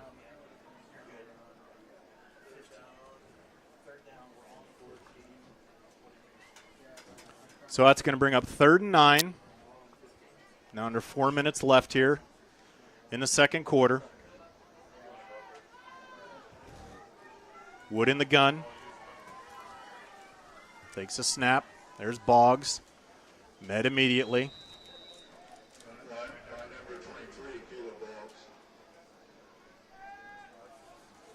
That was Spencer Watson.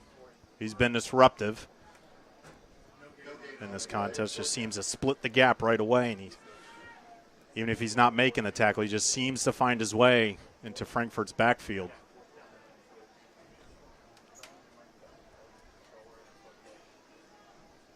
And that's going to bring up a long 4th and 14. It looks like they're probably going to run this clock down and maybe call a timeout, it appears. But if I'm going to run it down and call a timeout, I'm most certainly not going to punt. Yeah, well, when your players are looking at the sideline and the coaches are looking at the sideline too, might be some miscommunication happening. Coach Byers is going to call a timeout. Well, the thing is, where is Doug Wood? I don't see the quarterback out there. Is he off because they were punting? Well, Dennis Barkley was out there. Okay. And he is the backup, the young sophomore.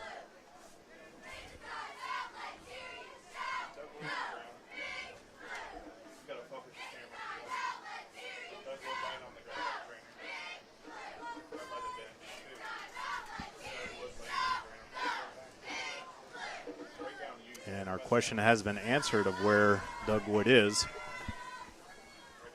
Stretching out in front of the Frankfort bench. Well, hopefully, if he's there with the stretching out, trainers, it's and just a cramp. hopefully, down 35-0 and just 3 minutes left.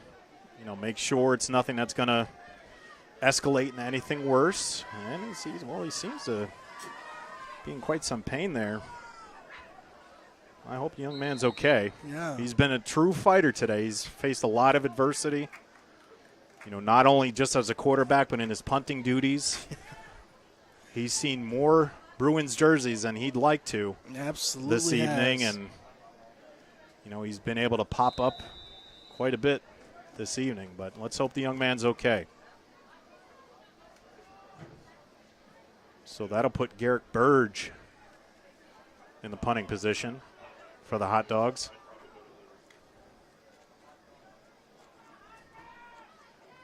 And he'll get it off. That's a short punt. Take a few bounces. And it's mishandled. And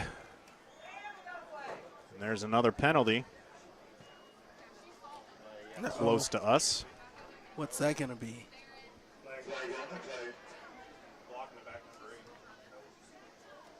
Whoa, did he get tossed? No, maybe not.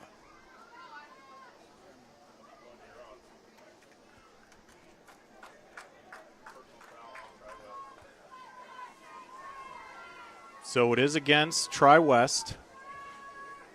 And to Chris for, the majority of their mistakes have come on special teams. Yes, sir. Tri-West. So they'll have to clean that portion up in their game to play a full 48 minutes. Well, it's always good for coaches. It gives the coaches something to do, right? I mean, even in a big-time victory, there are things to still clean up. You can get their attention with that. I want to see this last 2 minutes and 51 seconds, how aggressive this Tri-West offense comes. Will they just come out, run the ball a few times, and be content with going into halftime with the 35-0 lead, or do they try to put another score on the board? Well, Tri-West has shown that they're not afraid to open it up as up 29-0. They were throwing it over the middle deep. At some point, there's Cooper. He finds a hole in the middle and skirts through. Gets to about the 50, 49-yard line. I like that. Before he's taken down. I like that play call there.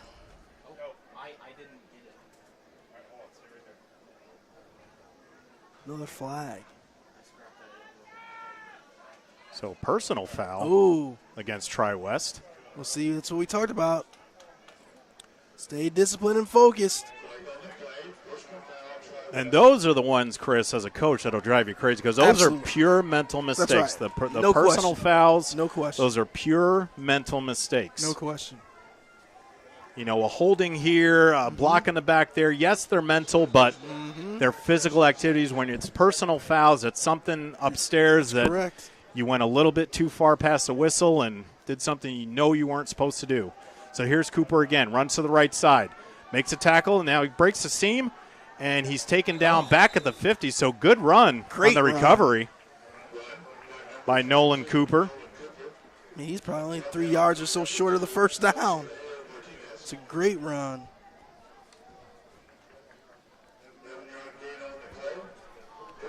$11 11 yards on the carry.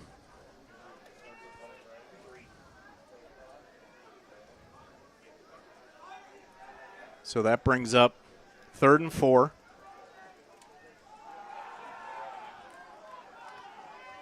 He may have gotten it.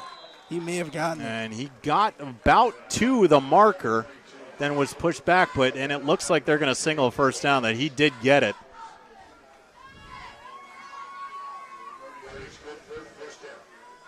So Nolan Cooper He's running the ball really well. comes in to replace Derek Reed, who suffered a leg injury. But the junior is coming in. Done a nice job here for Jason Ward. So here's Walden. Fires to the left. He's got an open receiver. He's got some room, breaks a tackle. before he's tripped up around the 15-yard line, 25-yard line. It's a really strong run by the receiver there, Eli Morgan, coming out of the kind of almost looked like the tight end position there. He just slot back in there. Eli Morgan, sophomore. So we're starting to see some fresh bodies here for Jason Ward. Coming up on a minute here left. Got an Eli Morgan, a Cole Morgan, and you got a couple Sorgies on the team. This could be a good old family affair here at Tri-West, potentially.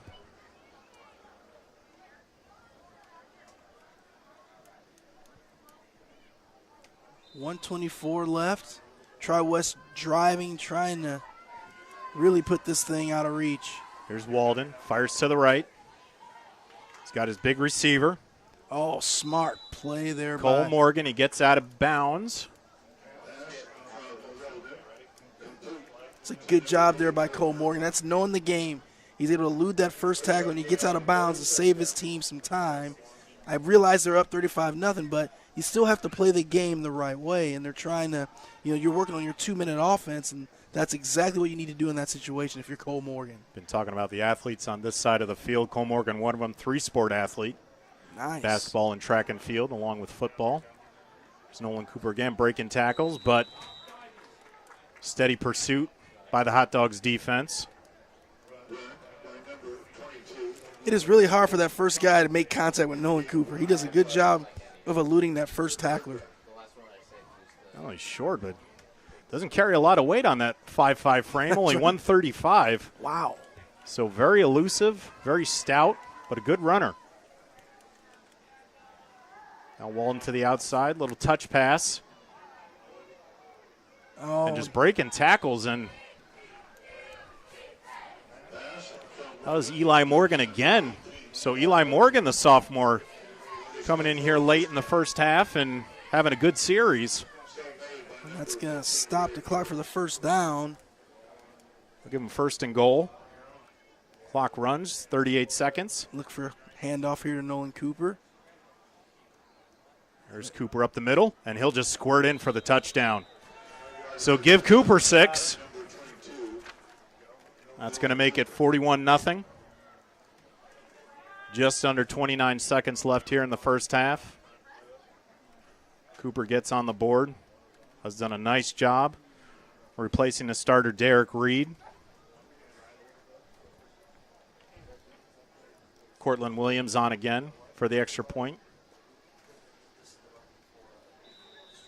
Came up a little short in his last attempt.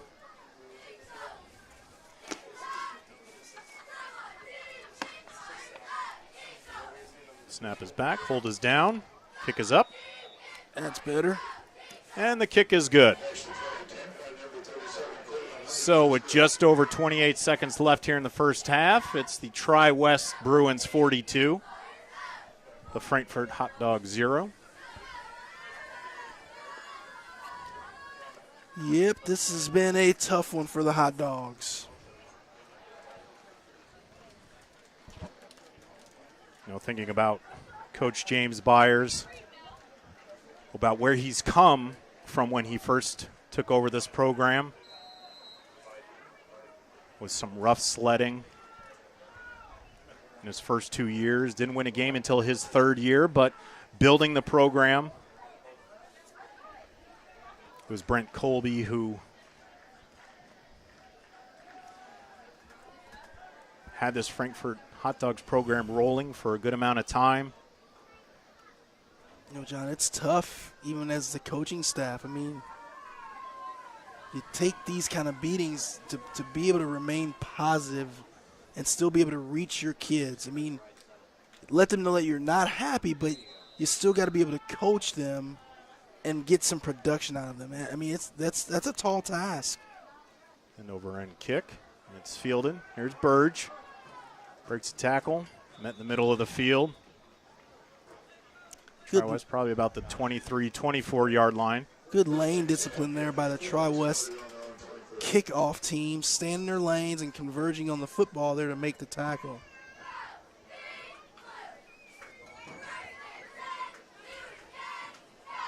So we'll see who the Hot Dogs bring out under center. Looks like it's going to be the sophomore Dennis Barkley.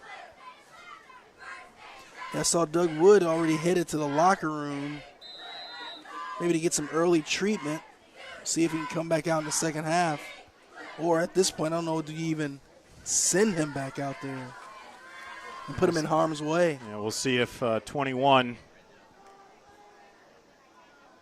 can do something here. Just a few seconds left. He'll hand it off to Boggs, breaks a tackle. He's met by a gaggle of white jerseys around the 29-yard line for a gain of 4. And that play was going to wind us down to the end of the half. And in a half, that was all controlled by the Tri-West Bruins. That score is correct. John, you're correct. It was just total domination by both lines of scrimmage for the Tri-West Bruins. They're physically stronger. They're imposing their will on both sides of the ball, and right now there's just not much that Frankfort can do. So as the Tri-West Bruins head to the locker room, the Frankfort Hot Dogs will do the same. We're going to take a break ourselves. You are watching the Hot Dog Network in partnership with ISC Sports Network. Why are interscholastic sports called the last classroom of the day? Because they teach students important life lessons like teamwork, accountability, and perseverance. School sports are so much more than a game. They're about developing the whole person. That's why they're an essential part of every student's education. Encourage your student to participate in the last classroom of the day. Interscholastic sports in Indiana. This message presented by the IHSAA and the Indiana Interscholastic Athletic Administrators Association. Frankfort Eagles 976 has bingo every Wednesday night. Early birds beginning at 6 p.m. and regular bingo starting at 7 p.m. Packets are $25 and includes every game you need to play. They also have Saturday bingo the first Saturday of every month, with early birds starting at 4 p.m. and regular bingo starting at 5 p.m. Big game payouts each game with 3 to 4 chances to win different jackpot games each day. Great for individuals or groups because everyone enjoys winning lots of money. You must be 18 years or older to play.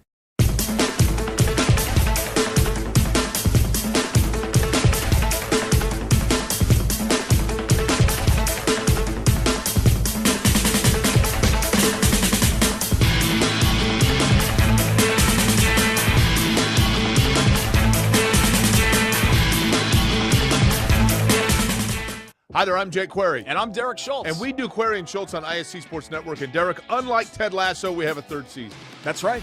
Season number 3 right now, ISCSportsNetwork.com. You can see episodes on Comcast 81 as well, Mondays at 7:30. I'm talking about our show, Jake, this beloved show that people tune into every single week. Twitter, Twitch, YouTube, Facebook, so many ways to watch Query and Schultz every Monday, 7:30. Tune in and hang out with us. And you don't have to be a goldfish. You'll remember everything we say. Frankfort Eagles 976, serving with the community since 1905. With over 900 members locally, Frankfort Eagles offers something for everyone. Golf leagues, bingo, concerts, kid parties, cookouts, and more. For more information on who we are and what we do, visit FOE.com or stop by Frankfort Eagles at 408 North Main Street, Frankfort, Indiana. Meet Henry. Henry is hip. Henry loves the new Mintel TV streaming app. And check out Helen. With features like Cloud DVR, Restart, and Look Back TV, Helen never misses her favorite shows. And this? Well, this is Bob. Bob can't contain his excitement for the new Mintel TV streaming app. Bob is proving that you actually can teach an old dog new tricks. What do you say, Bob? Does the Mintel TV app get a thumbs up? All right, Bobby-o. Mintel TV, the next generation of awesome. Upgrade today.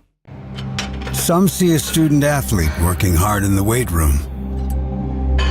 We see a future leader learning there are no shortcuts to success. Some see a start to a swim meet. We see the starting blocks for life. Proud to keep education in front of athletics since 1903. This is your IHSAA. This is your state. This is your high school. This is your athletic association. Fans, I'm IHSA Commissioner Paul Knighty, and we're here to make sure that all of this remains yours. This is your state. This is your community. This is your IHSAA. Frankfort Eagles 976 has bingo every Wednesday night. Early birds beginning at 6 p.m. and regular bingo starting at 7 p.m. Packets are $25 and includes every game you need to play. They also have Saturday bingo the first Saturday of every month, with early birds starting at 4 p.m. and regular bingo starting at 5 p.m. Big game payouts each game with 3 to 4 chances to win different jackpot games each day. Great for individuals or groups because everyone enjoys winning lots of money. You must be 18 years or older to play.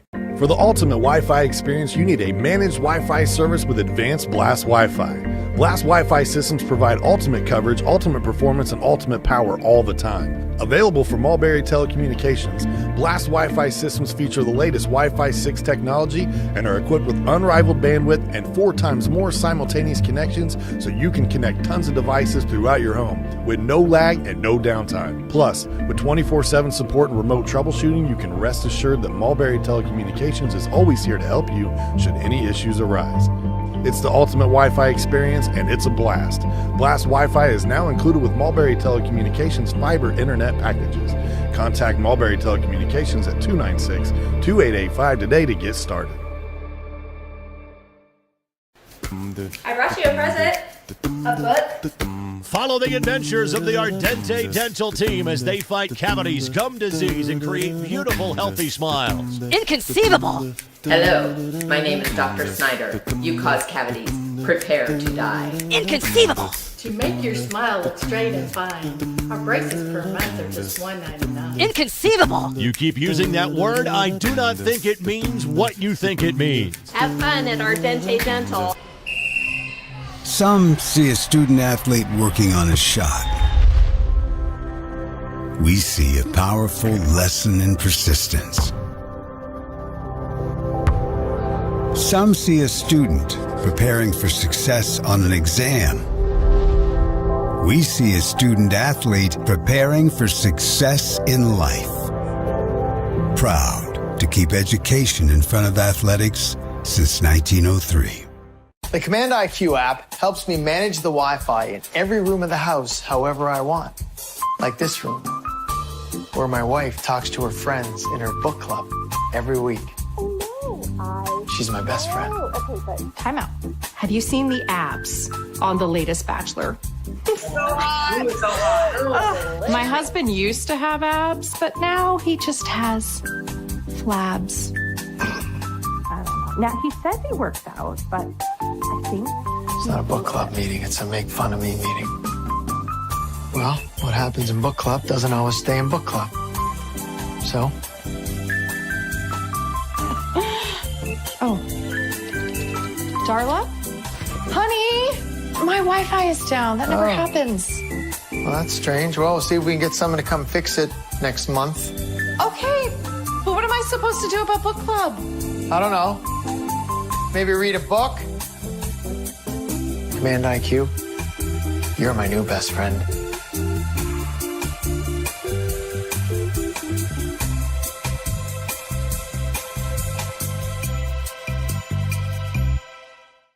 Some people see a huddle in the locker room.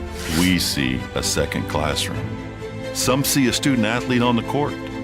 We see a future leader in the community. You see, high school sports in Indiana are special. That's because they're about learning and growing, not just winning and losing. Fans, I'm Commissioner Paul Knighty. Support education-based athletics in Indiana by buying a ticket to your high school's next athletic event. Frankfort Eagles 976 has bingo every Wednesday night.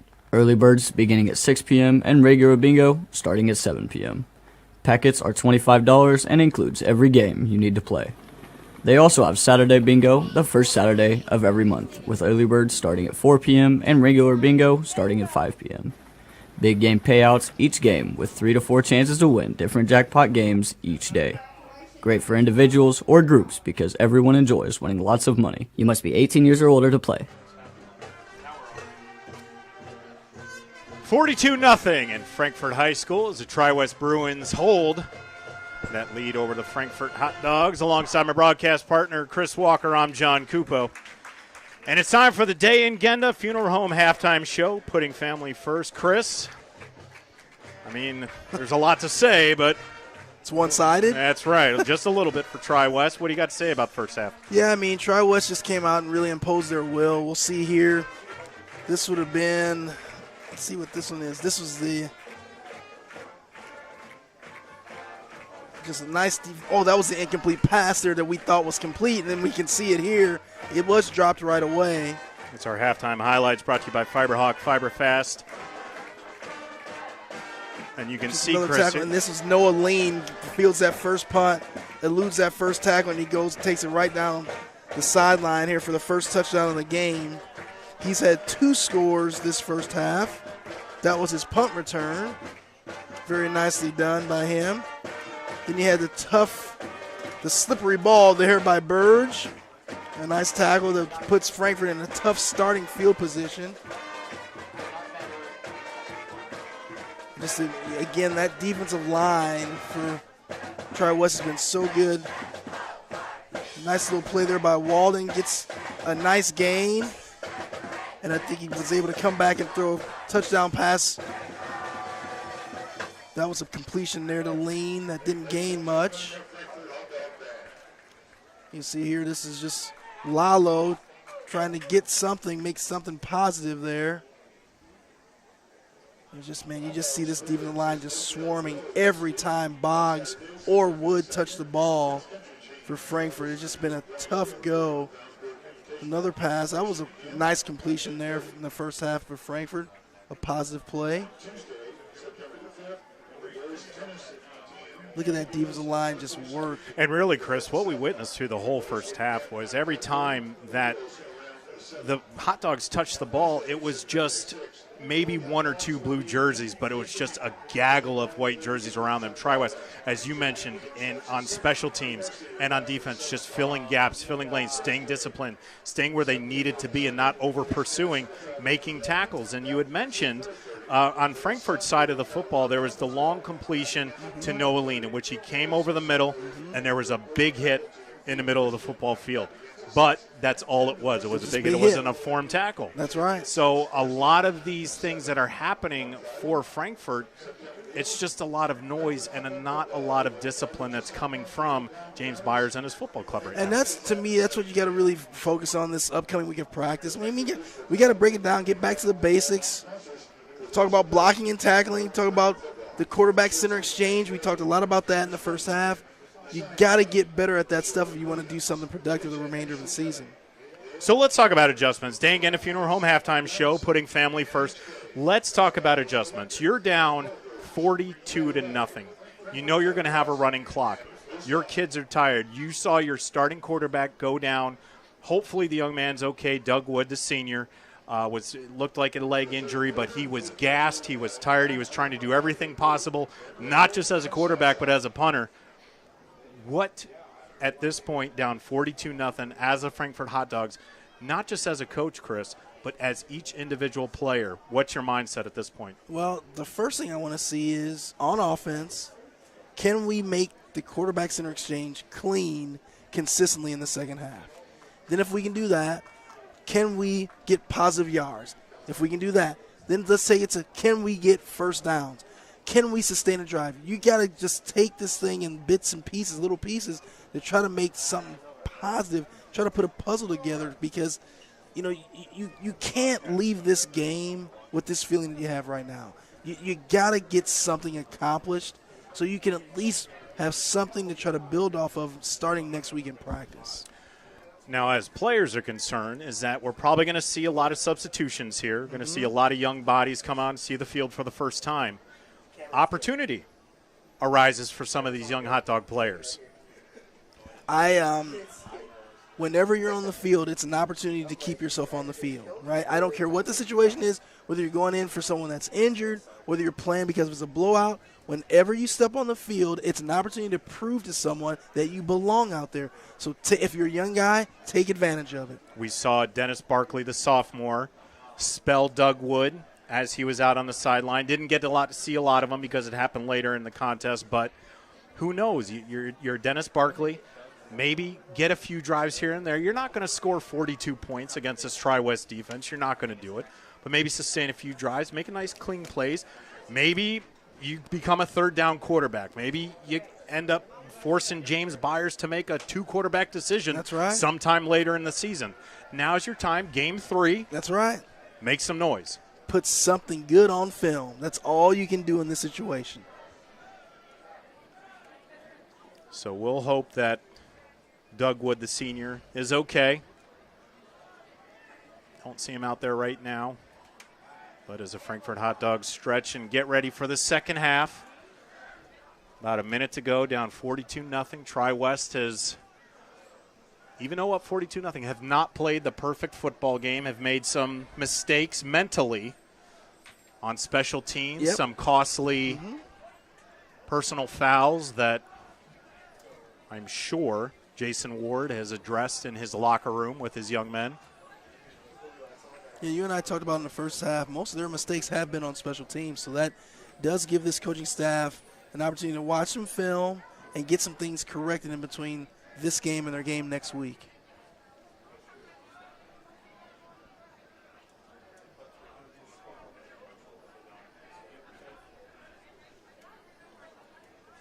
As the Frankfort faithful always do, not one person is left.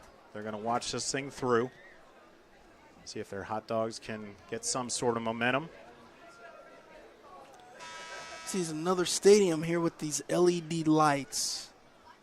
And I need someone smarter than myself to help me understand these lights, because everyone tells me they're 30% brighter.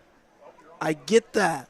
But what I don't understand, and this to me is more applicable in baseball, where these lights are great for anything that stay under the lights. But as soon as they go above the lights, you have a problem. We have new at Loeb Stadium there in Lafayette for Lafayette Jeff Baseball. My son played on the Lafayette Aviators, a collegiate wood bat summer league team there this year, and they complained about that as well.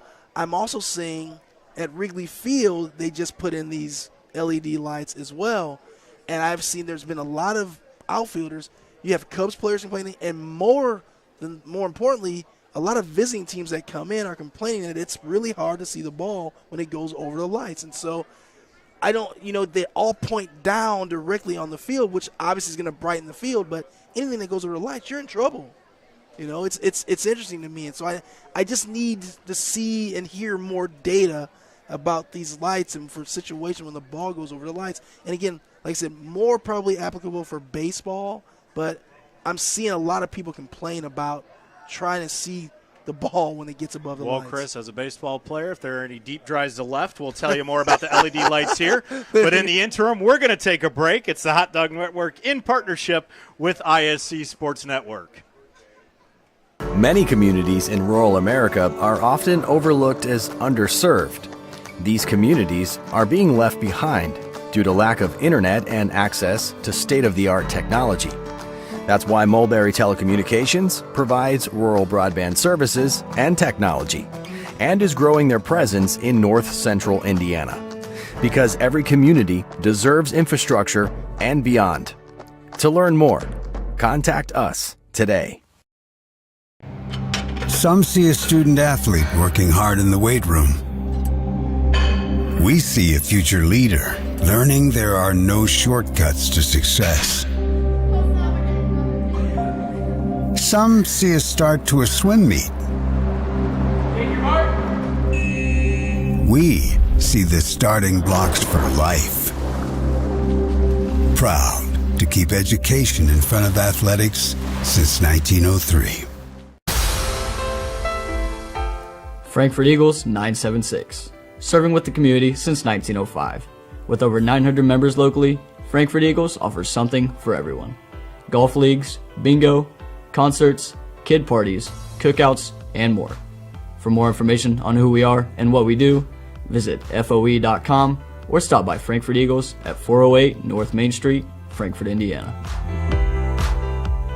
Mulberry Telecommunications is proud to announce the next generation in awesome, Mintel TV. With the Mintel TV streaming app, you aren't confined to just your TV, but you need two things: high-speed fiber internet from Mulberry Telecommunications and a Mintel TV subscription. Available on Roku, Fire TV, Apple TV, Android TV, and more, with features that include Cloud DVR, Restart TV, look-back options, and pause live TV. Mintel TV is definitely the next generation of awesome. Current customers, call 765-296-2885 for your free upgrade. New customers, visit Mintel.net to sign up today.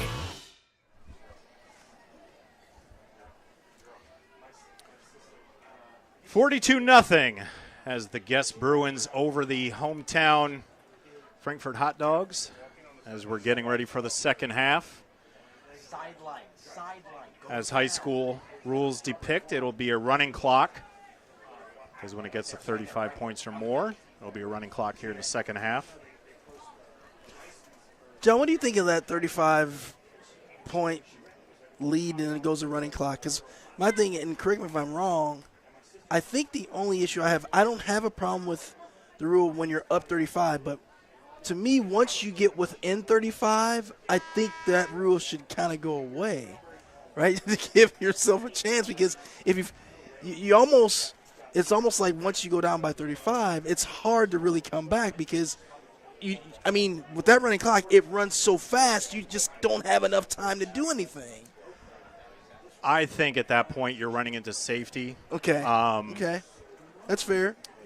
Especially in a game like this. You're up 42-0. We've already seen some of the younger kids, the sophomores. You're going to start seeing some freshmen get in there. True. I think the opportunity to have a senior who, we saw some of the linemen is 6'2", 240. Decleat one of the freshmen. Exactly. I think it becomes more of a safety issue at that point. That's fair. And in that way, I'm in favor for it. Now, and to your point, you want to see these kids give it all they have, and they want to play a full 48 minutes of football, and they want to be out there just as much as the next guy. But I think for a safety issue on behalf of the players, I think it's a good idea. It just eliminates any Frank Reich Buffalo Bills comebacks. Or what was the most recent? We just had one.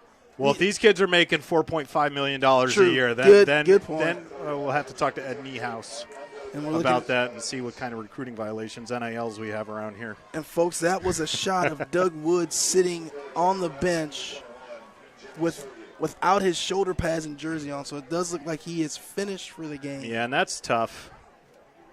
But I think hopefully that's just a precautionary thing. I'm up here 42-0, that he's just going to take the night off. Might be a cramp, might be a strain here or there, but something that could get aggravated. Yep. No need to see him go any further. Let's see if the young sophomore Dennis Barkley can go. End-over-end punt. And we're underway in the second half. And squeezes up the middle, and he's got some daylight, and he's going to scrape through. Lord. And it's going to be a foot race, and he's going to win it. 21. So on the opening possession, it's Jimmy Sorgi. And we learned in the break that is indeed the son of Jim Sorgi, former quarterback here in the area, Wisconsin quarterback. His son just took a pay dirt on the opening possession here in the second half to make it 48-0. Just kind of fielded that ball, Chris, and there weren't really any hands around him. No, kind of took it right up the middle, went untouched for a long touchdown. It was a foot race. The freshman Jaden Davis gave him some pursuit, but was not able to corral him. And now the extra point. And that kick is through and good. Extra point attempt by number 38, Camden. Thank you. Is good. That, my friend, was a little too easy. So things are happening so fast here. I didn't even see who kicked the extra point there. I think it was number 83, Seth Moore. It's a left-footed kicker. It's southpaw on me here. Yeah. Familiar with that?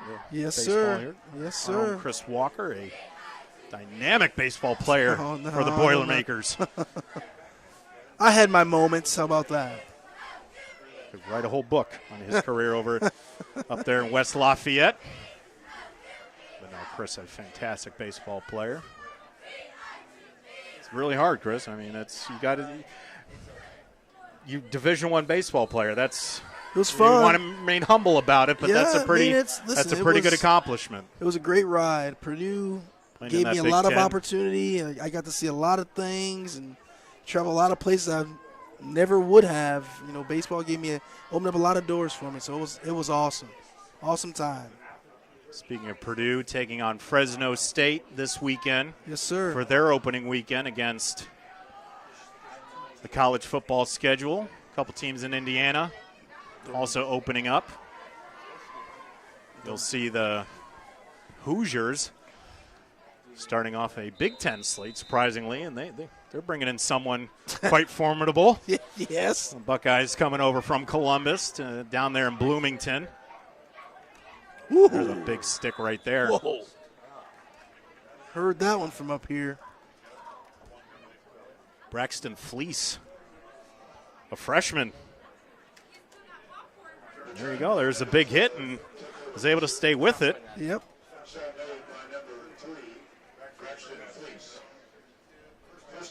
So we'll see Dennis Barkley, sophomore, 5'10", 150. Hasn't thrown a pass yet this season. Does have 5 carries for 29 yards.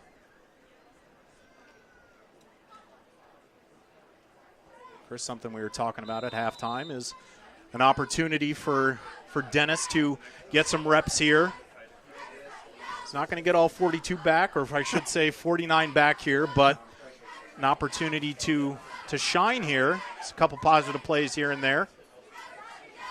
And as Give I Coach said James Byers something to think about. And there's a low snap again. That's picked up by Boggs. And he'll just fall forward. Yes, as I was saying to you at halftime off camera, I mean, whenever you have an opportunity to play, it's an opportunity to prove to someone you belong on the field. So take advantage of every opportunity you get. So Barkley comes back in. Does have Lolo Castillo out there, so a couple of vets out there to help the young man.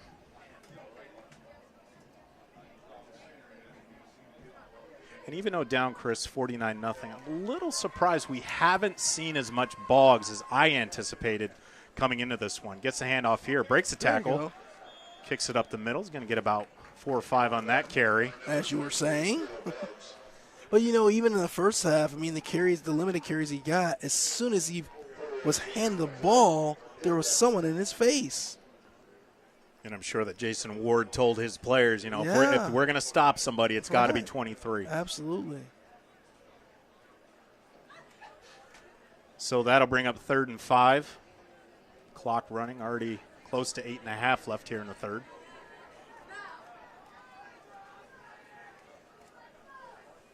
That's a high snap. And so Barkley collects, and there's white jerseys, and he's met immediately and thrown down. John, I'm not sure I've ever seen this many problems with the quarterback center exchange. I mean, this has been a struggle all night tonight for the Frankfort Hot Dogs. Tyler Halford, a junior linebacker. Even though a backup, still big, 6 foot, 200. And that ball was gone, and Halford was there. Barkley had nowhere to go. No, he didn't. So the center quarterback exchange continues to be a problem for the Hot Dogs. 7:30 and counting. 4th and 16. Timeout, Frankfort. Timeout, Frankfort. Their first timeout. Timeout, Hot Dogs. Do you say timeout hot dogs or timeout for a hot dog? Let's do both. There you go. There you go. Now you're talking my language.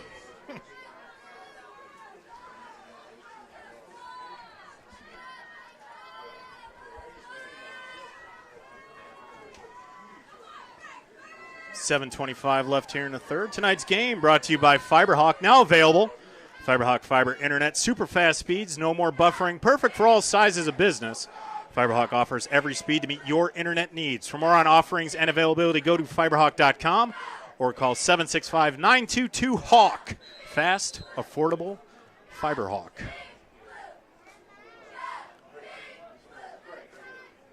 Chris, with 7:31 left here in the third, we're talking about Indiana college football kicking off this weekend. The Ball State Cardinals heading down to Lexington to take on the Kentucky Wildcats. Tells me they're getting payday. They've been bold. They head down to Georgia next week to take on the Bulldogs, the defending national champions. That should be a fun one. There's a punt. Nice punt. Really good punt. Collected at the 45, and that'll be fair caught. So. Fair catch by number 3, Braxton Fleece. First and 10. So Braxton Fleece with the fair catch at the 45 of the Bruins, and they'll set up shop for the first time here in the second half. Clock running, coming up on 7 minutes. We had mentioned earlier that Notre Dame handled business over in Ireland last week against Navy.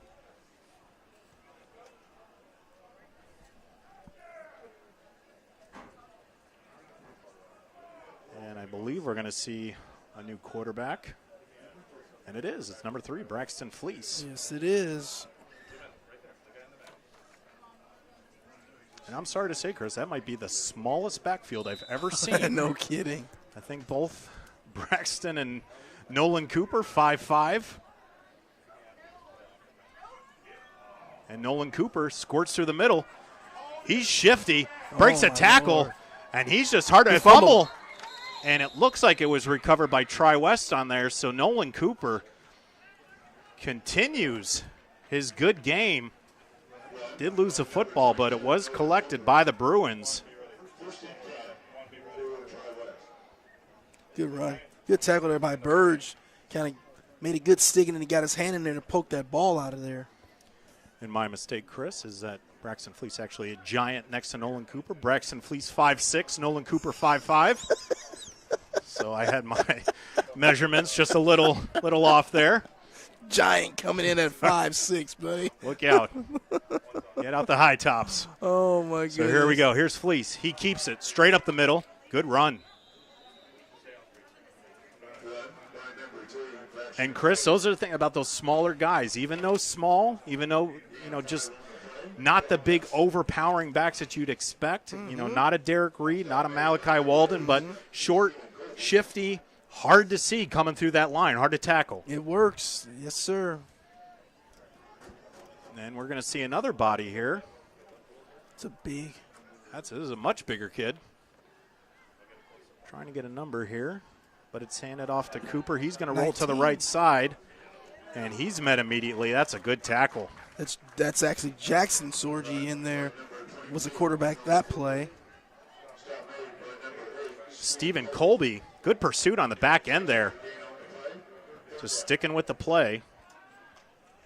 Colby's going to have a good film session tomorrow because that kid is not giving up. He's made a couple really nice plays out here so far. He's been around the ball. He hasn't made a lot of plays, but he's been disruptive. Yes, he has. Good eyes on that, Chris.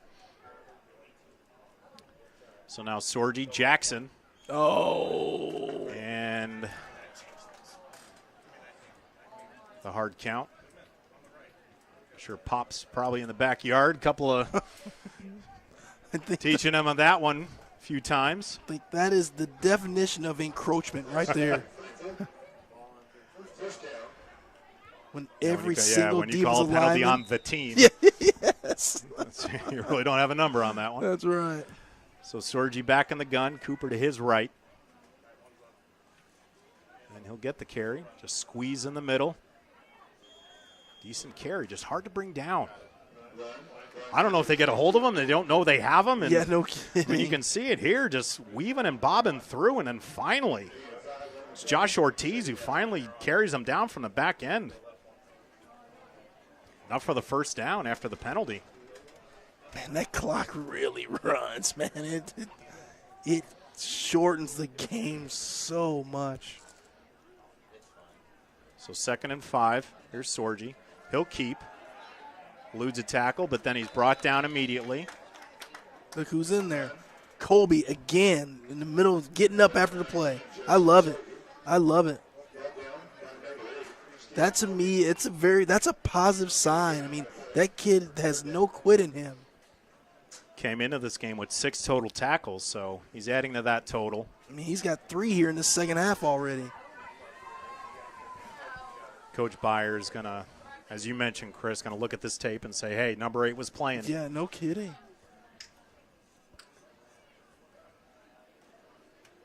So there's Fleece. Little flick out to the right. Breaks a tackle. Breaks another tackle, and a little hop, skip, and a jump, but then taken down immediately out of bounds. That was Nate Highland.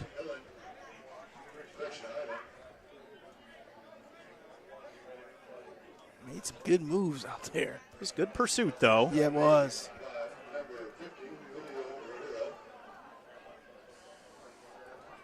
So it's Fleece, Cooper in the backfield.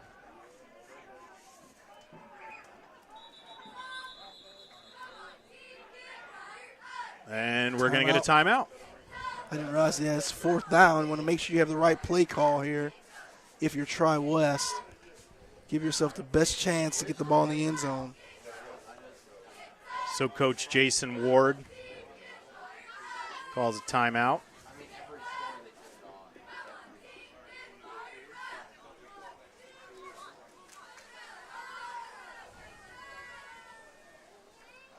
Tri-West up 49-0. Tonight's game brought to you by Frankfort Eagles 976, serving the community since 1905. With over 900 members locally, Frankfort Eagles offers something for everyone. For more information on who they are and what they do, visit FOE.com or stop by Frankfort Eagles at 408 North Main Street here in Frankfort.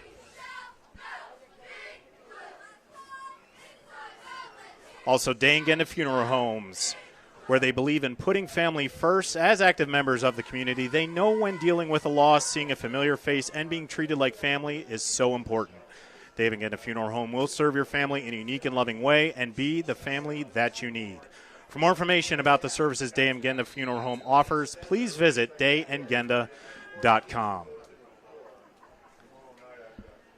Jason Ward, coach of the Tri-West Bruins in his 5th year, 35-13. Has pretty much been a Bruin his whole life, attended Tri-West, was part of their 1996 2A state champ team as a captain under Mark Haste. Coach Haste went on to win the 2003-2004 state 2A championships. Jason Ward, a part of that coaching staff as a wide receivers coach, and then came back in 2014 under Chris Cole to win a state title. Oh, I think he's short. 3A. I don't think he got it. And we'll see here. This is going to be close. Oh, they say on 1st down. Fleece up the middle, and I think that final lunge. Yep. So not a touchdown, but a 1st down. So I'll bring up 1st and goal. Now under a minute and a half left here in the 3rd quarter. Tri-West Bruins up. Sorgi in there now.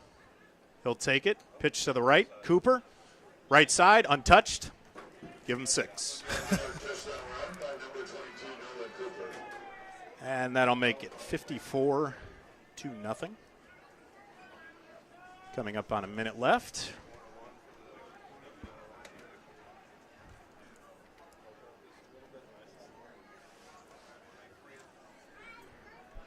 Nolan Cooper's played a really good ball game here today. He really has. Filled in very well.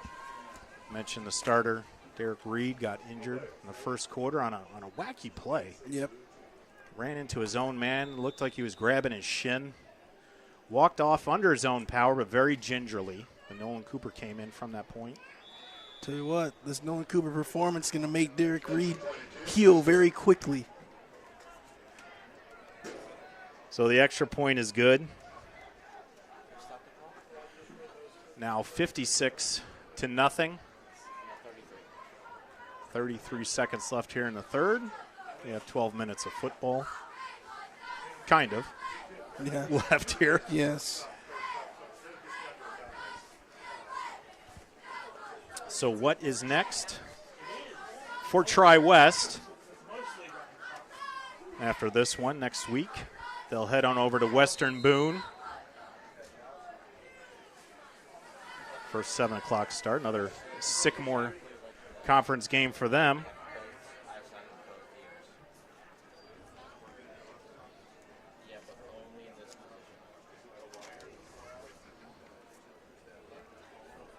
Frankfort head on the road to Crawfordsville, take on Southmont. And, well, Chris, my question to you now. We've been talking about getting in the film room, kind of overseeing what's happened, what's transpired to this game. Is this the tape that goes straight in the garbage after this game, or are you, as Coach Byers, do you say, listen, guys, what happened happened.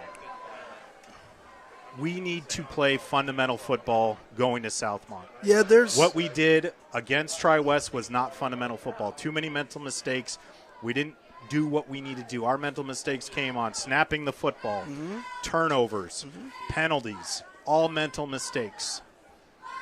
I'm not throwing it in the garbage right away. I'm going to get a couple cut-ups from it and show that and make my point, and then we're going to get rid of it, right? But you're right. I mean, if we can't snap the ball, we're not going to be able to do anything.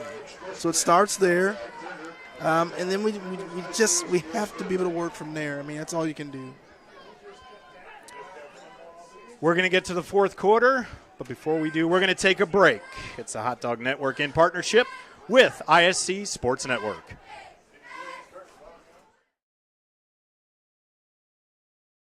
Why are interscholastic sports called the last classroom of the day? Because they teach students important life lessons like teamwork, accountability, and perseverance. School sports are so much more than a game. They're about developing the whole person. That's why they're an essential part of every student's education. Encourage your student to participate in the last classroom of the day. Interscholastic sports in Indiana. This message presented by the IHSAA and the Indiana Interscholastic Athletic Administrators Association.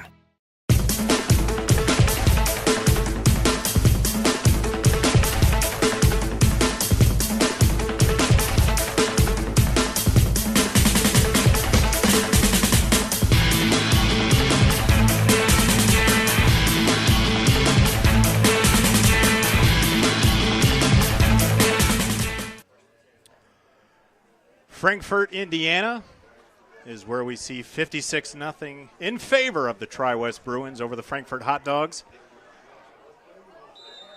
Other than the score, it's a beautiful night. The weather has just been absolutely fantastic.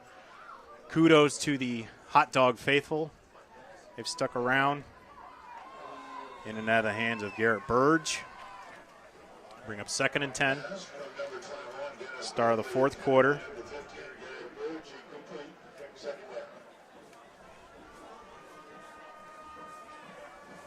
Just couldn't complete that one.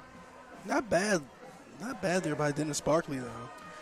Ardente Dental offers high-tech dentistry with a personal touch. Whether you're a brand-new patient or have been with us for years, we're here to serve you. Give us a call at 765-654-7222 or visit us online at artedental.com. Ardente Dental. We bring smiles to life, and they make me laugh with those Family Guy commercials. Love it. Absolutely love it. So here are the Hot Dogs. 2nd and 10. It's Barkley. Hands it off to Boggs. Left side. Breaks a tackle. Good run. Puts his head down. Yes. Carries 3 Bruins with him. Good hard run there by Mr. Boggs. And you can't ask for Chris anything more in the fourth quarter. Still running hard. Puts his head down. The senior leader right there. Nice run by Boggs.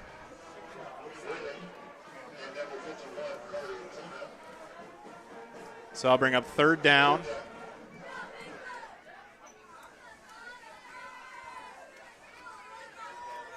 No matter the score here, one thing we can all agree on in this booth is that the Hot Dogs have played hard the entire game. Here's Boggs again. Squirts through the middle. He's got a 1st down. Nice job. And again, leans forward with Bruins on his back.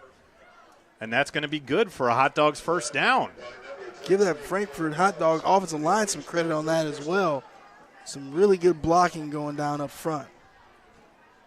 Good center quarterback exchange. Clean handoff to Boggs. That's what we've been asking for, right? The line moving in sync with each other. And good for a Hot Dogs first down.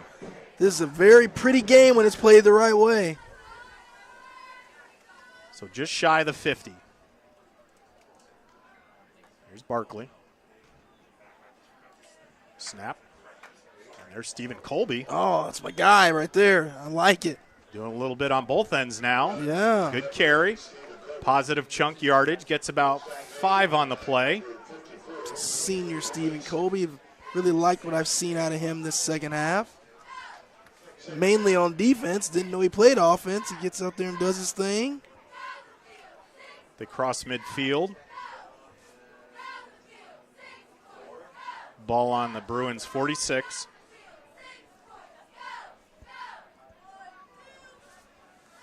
Two backfield set now. Hand off to Boggs. Makes a cut. Still moving forward. You know, John, I just look out on the field, and we talked about it before the game. We talked about it a little bit at halftime, but it's, you know, high school sports nowadays, you got to be physical, right? And Tri-West is clearly more physical than Frankfort. So, I mean, part of this commitment has got to start in the offseason in the weight room. You got to be, and again, it's not on the coach. It's on you as a player. You got to commit to yourself, commit to your athleticism and your ability and your development. You got to be strong to play this game. Barkley tossed it up, and that was complete. Yeah.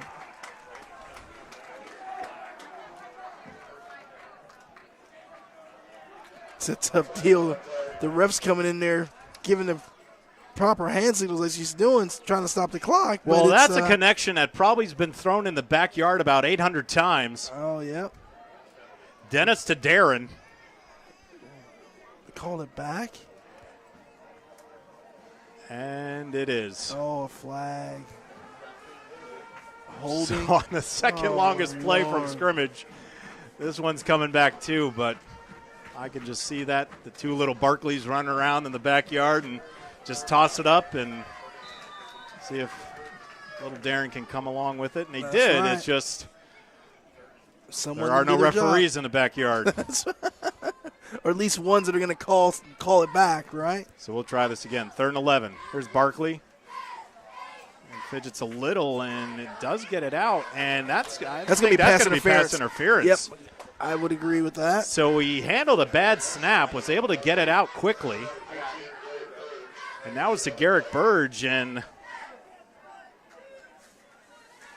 I think there was too much white jersey on him. Let's see what the call is. Definitely a PI there. And it is, so they'll move the sticks. So good alertness by Dennis Barkley. Errant snap, collected it, had enough wherewithal to get rid of it to Burge. Burge still caught it despite the pass interference, and here we go, 1st and 10. Our cameras just caught a good sight. I see Coach Byers down there really being positive, slapping guys on the head, you know, really pumping them up. I like to see that even when the game is out of hand like it is right now. Here's Boggs again.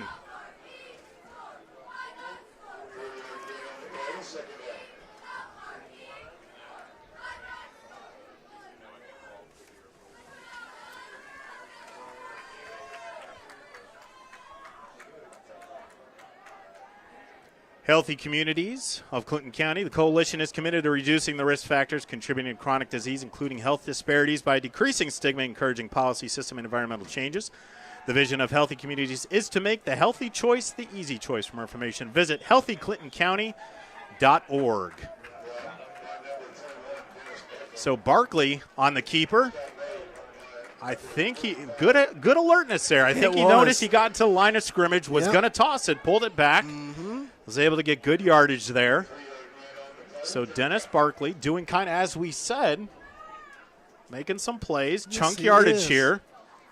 Boggs is running hard, falling forward for positive yardage, and it's a good drive for the Hot Dogs moving the football. Yes, they are.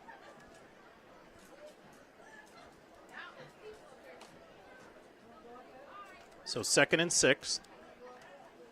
Here's Barkley. Here's Colby. To the outside, breaks a tackle. Nice and run. wrapped up, but that's going to be enough for a hot dog first down. So Stephen Colby having a great fourth quarter. Yeah, he is. We talk about, do you get rid of this tape after the game? No. If I show 4 plays of Stephen Colby, that's going to improve my point, right? FiberHawk now available. FiberHawk fiber internet, super fast speeds, no more buffering, perfect for all sizes of business. FiberHawk offers every speed to meet your internet needs. For more offerings and availability, go to fiberhawk.com or call 765-922-HAWK. Fast, affordable FiberHawk. Barkley just tosses it up.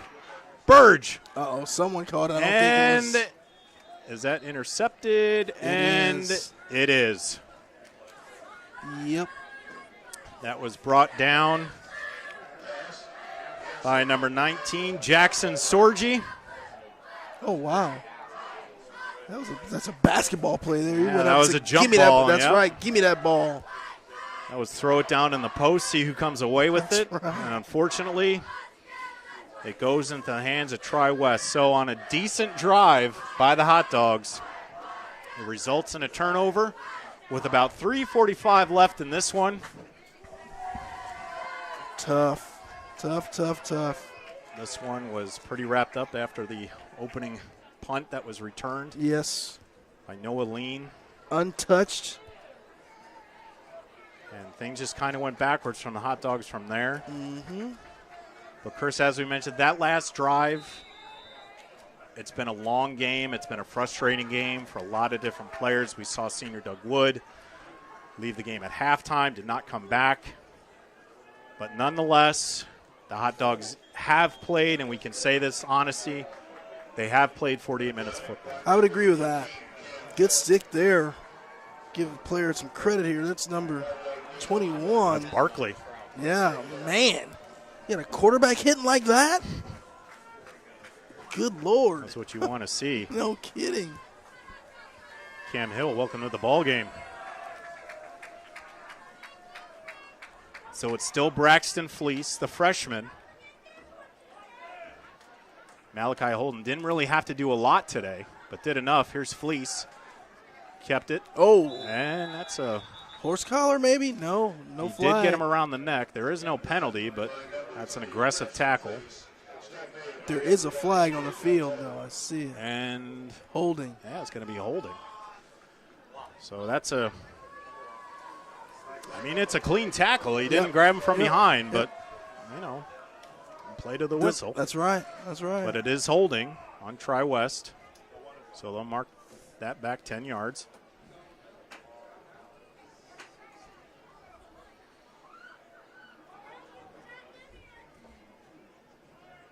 And this is something, Jason Ward, again, that even though this is your second unit here, you still want these kids to keep the hands down, keep the hands out of the jersey.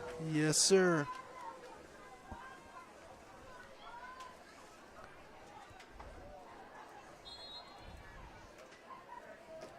Colby trying to get an early start.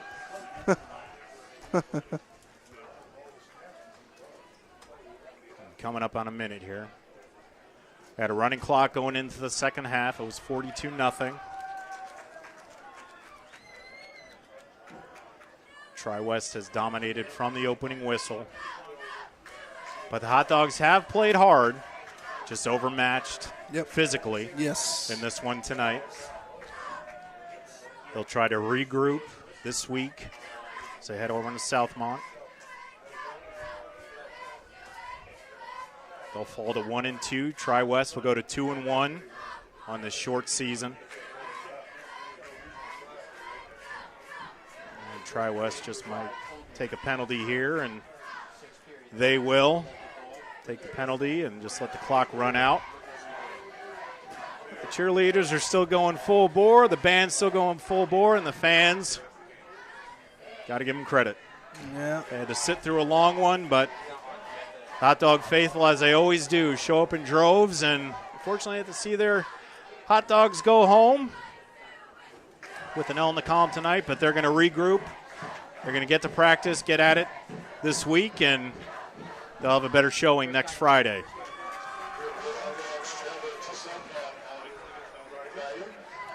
So the Tri-West Bruins, they had something to prove tonight, and they definitely showed that they were the stronger, faster of the two teams. And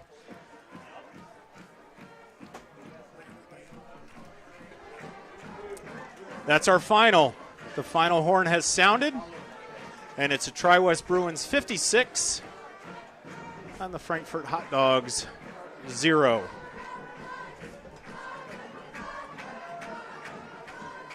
Even though, Chris, it was tough, we still have Frankfort Eagles Clinton County Player of the Game, and that is going to go to number 23, Caleb Boggs. He's run hard all night. He was in there on defense. We knew that he was going to be the ball, but unfortunately, so did Tri-West. Yeah, he did what he could to try to help the team tonight. It just didn't have enough help around him, but the kid played hard, played really well tonight. And also want to send Doug Wood, did everything he could in this game as well. Had to do it quarterback, had to do it as punter. Just an overall tough game for the Frankfort Hot Dogs, but as I mentioned, they're going to clean everything up this week, head over to Southmont, and they'll get a better showing this upcoming Friday. Yeah, if you're a Frankfort Hot Dog, you got to come next week willing to be coached and get better. Tonight's game brought to you by Frankfort Eagles, number 976. They are people helping people. Dangana Funeral Home, proud supporters of high school athletics in Clinton and Carroll County. Healthy Communities of Clinton County, making the healthy choice the easy choice. And by Fiberhawk, fast, affordable Fiberhawk. On behalf of my broadcast partner, Chris Walker, the great in-house crew here at Frankfort High School, and the home stadium staff who make Friday game nights happen, I'm John Cupo, and we thank you for watching.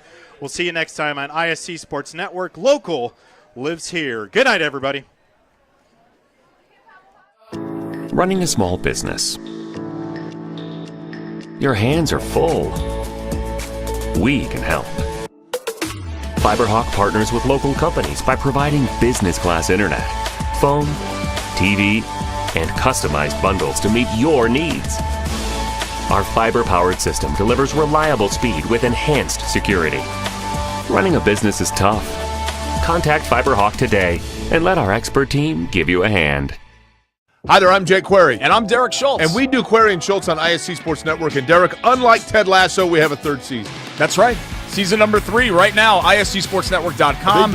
You can see episodes on Comcast 81 as well, Mondays at 7:30. I'm talking about our show, Jake, this beloved show that people tune into every single week. Twitter, Twitch, YouTube, Facebook, so many ways to watch Query and Schultz every Monday, 7:30.